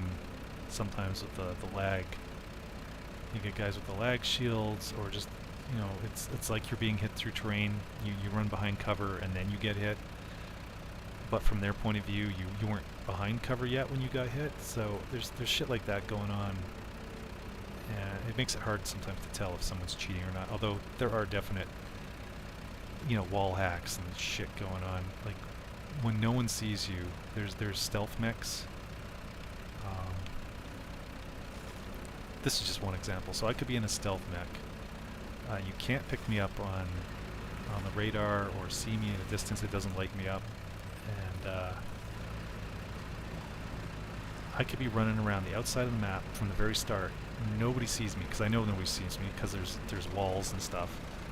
And I pop out around a corner behind the enemy team, and there'll be like one that pops into my mind. There were 4 guys looking at me, directly at me, from a ways away yet, and they'd already fired before I came around the corner. So that because you have to lead your shots, right? Some of these weapons, they're ballistic. They'd already fired off their shots, and I came around the corner and ate a face full and died. And it was like, how? They're all in the middle of the map. Nobody saw me. It's hard to see me anyway. This mech was the same color as the terrain, and I had stealth, and I'm fast and small. It was a small mech, and somehow they knew exactly where I was. Stuff like that sometimes happens, and then I get salty. Worse yet, too, because these guys that killed me at that time were part of a comp group, which always makes you wonder, these Uber players sometimes, are they cheating? I know there was one guy we caught recently, yeah, I'll say his name, Magic Pain Glove. Used to, like the guy, sort of. I mean, never talked to him or anything, but, we kind of liked him. We had respect for he's one of the good players, right? Like, really good, game-wise. And he's streaming one day, and you could see him snapping 2 targets.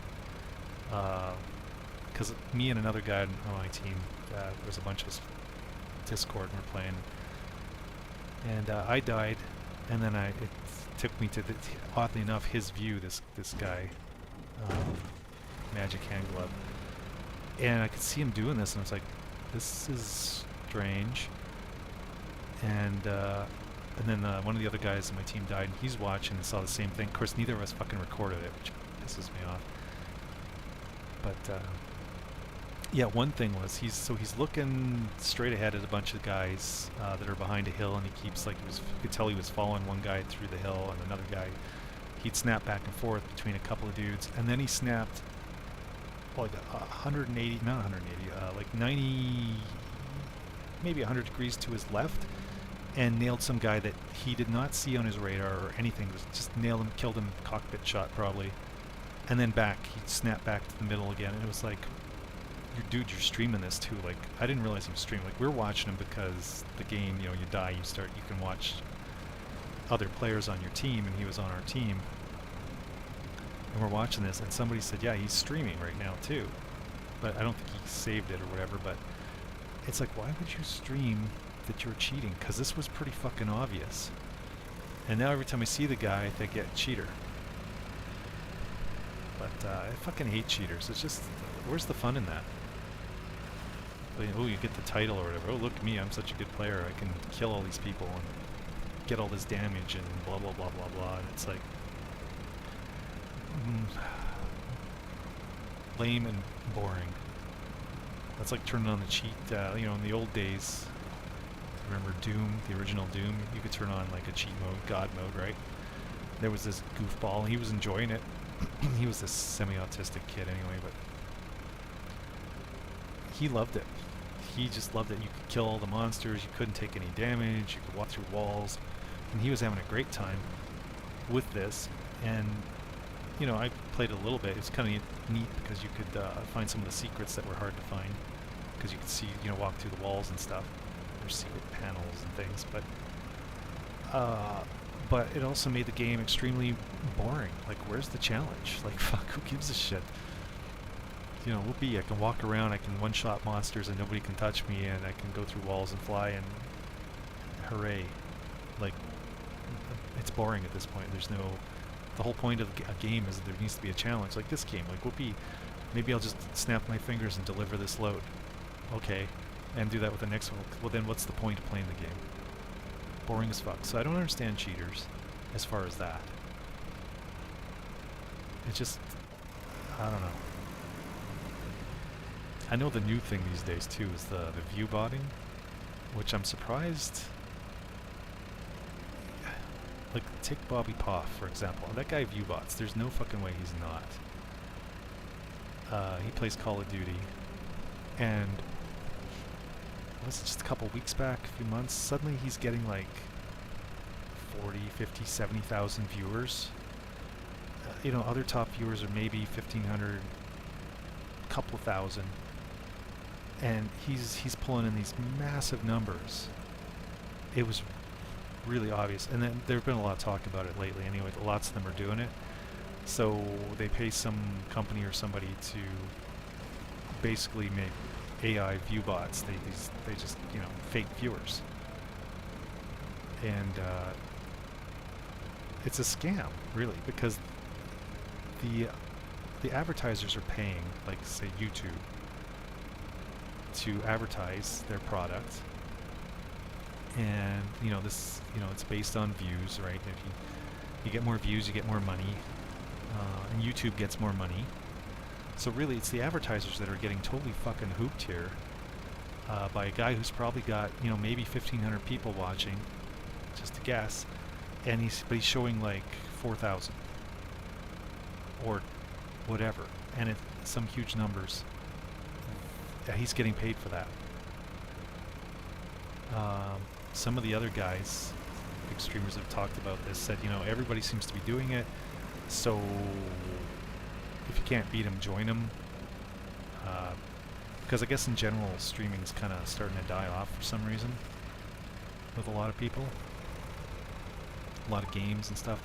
I don't know, there aren't a lot of people watching anymore for some reason. I don't know where they're all going. And I don't really care, like I said, I'm not into this for the views or anything. I just do it for the fuck of it. But, yeah, to me, that seems like fraud. You're defrauding these companies, and YouTube too. I mean, I don't understand why these companies aren't suing them over this. They're paying for something, a bunch of eyeballs, that they're not getting. That seems sketch as fuck to me, and they should be held accountable, these guys. You know, or YouTube should put something in, maybe, I don't know. It's just, it seems extremely obvious.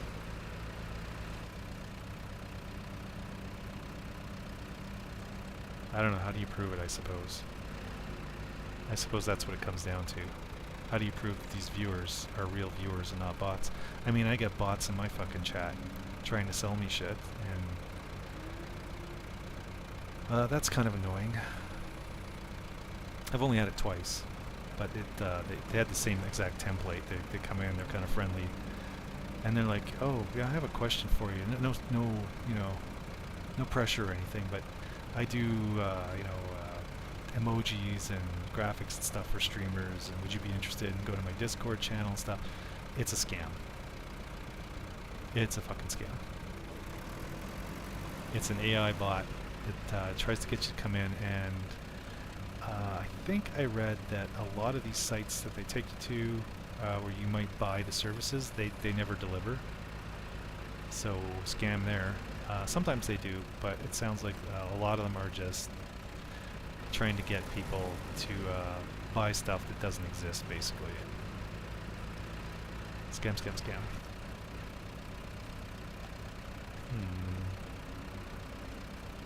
Okay, I see what we are. You know what's interesting is there's that organization, we talked about this previously too, that rates countries by the amount of fraud going on in them. And they have a scale, I think it was like 1 to 7.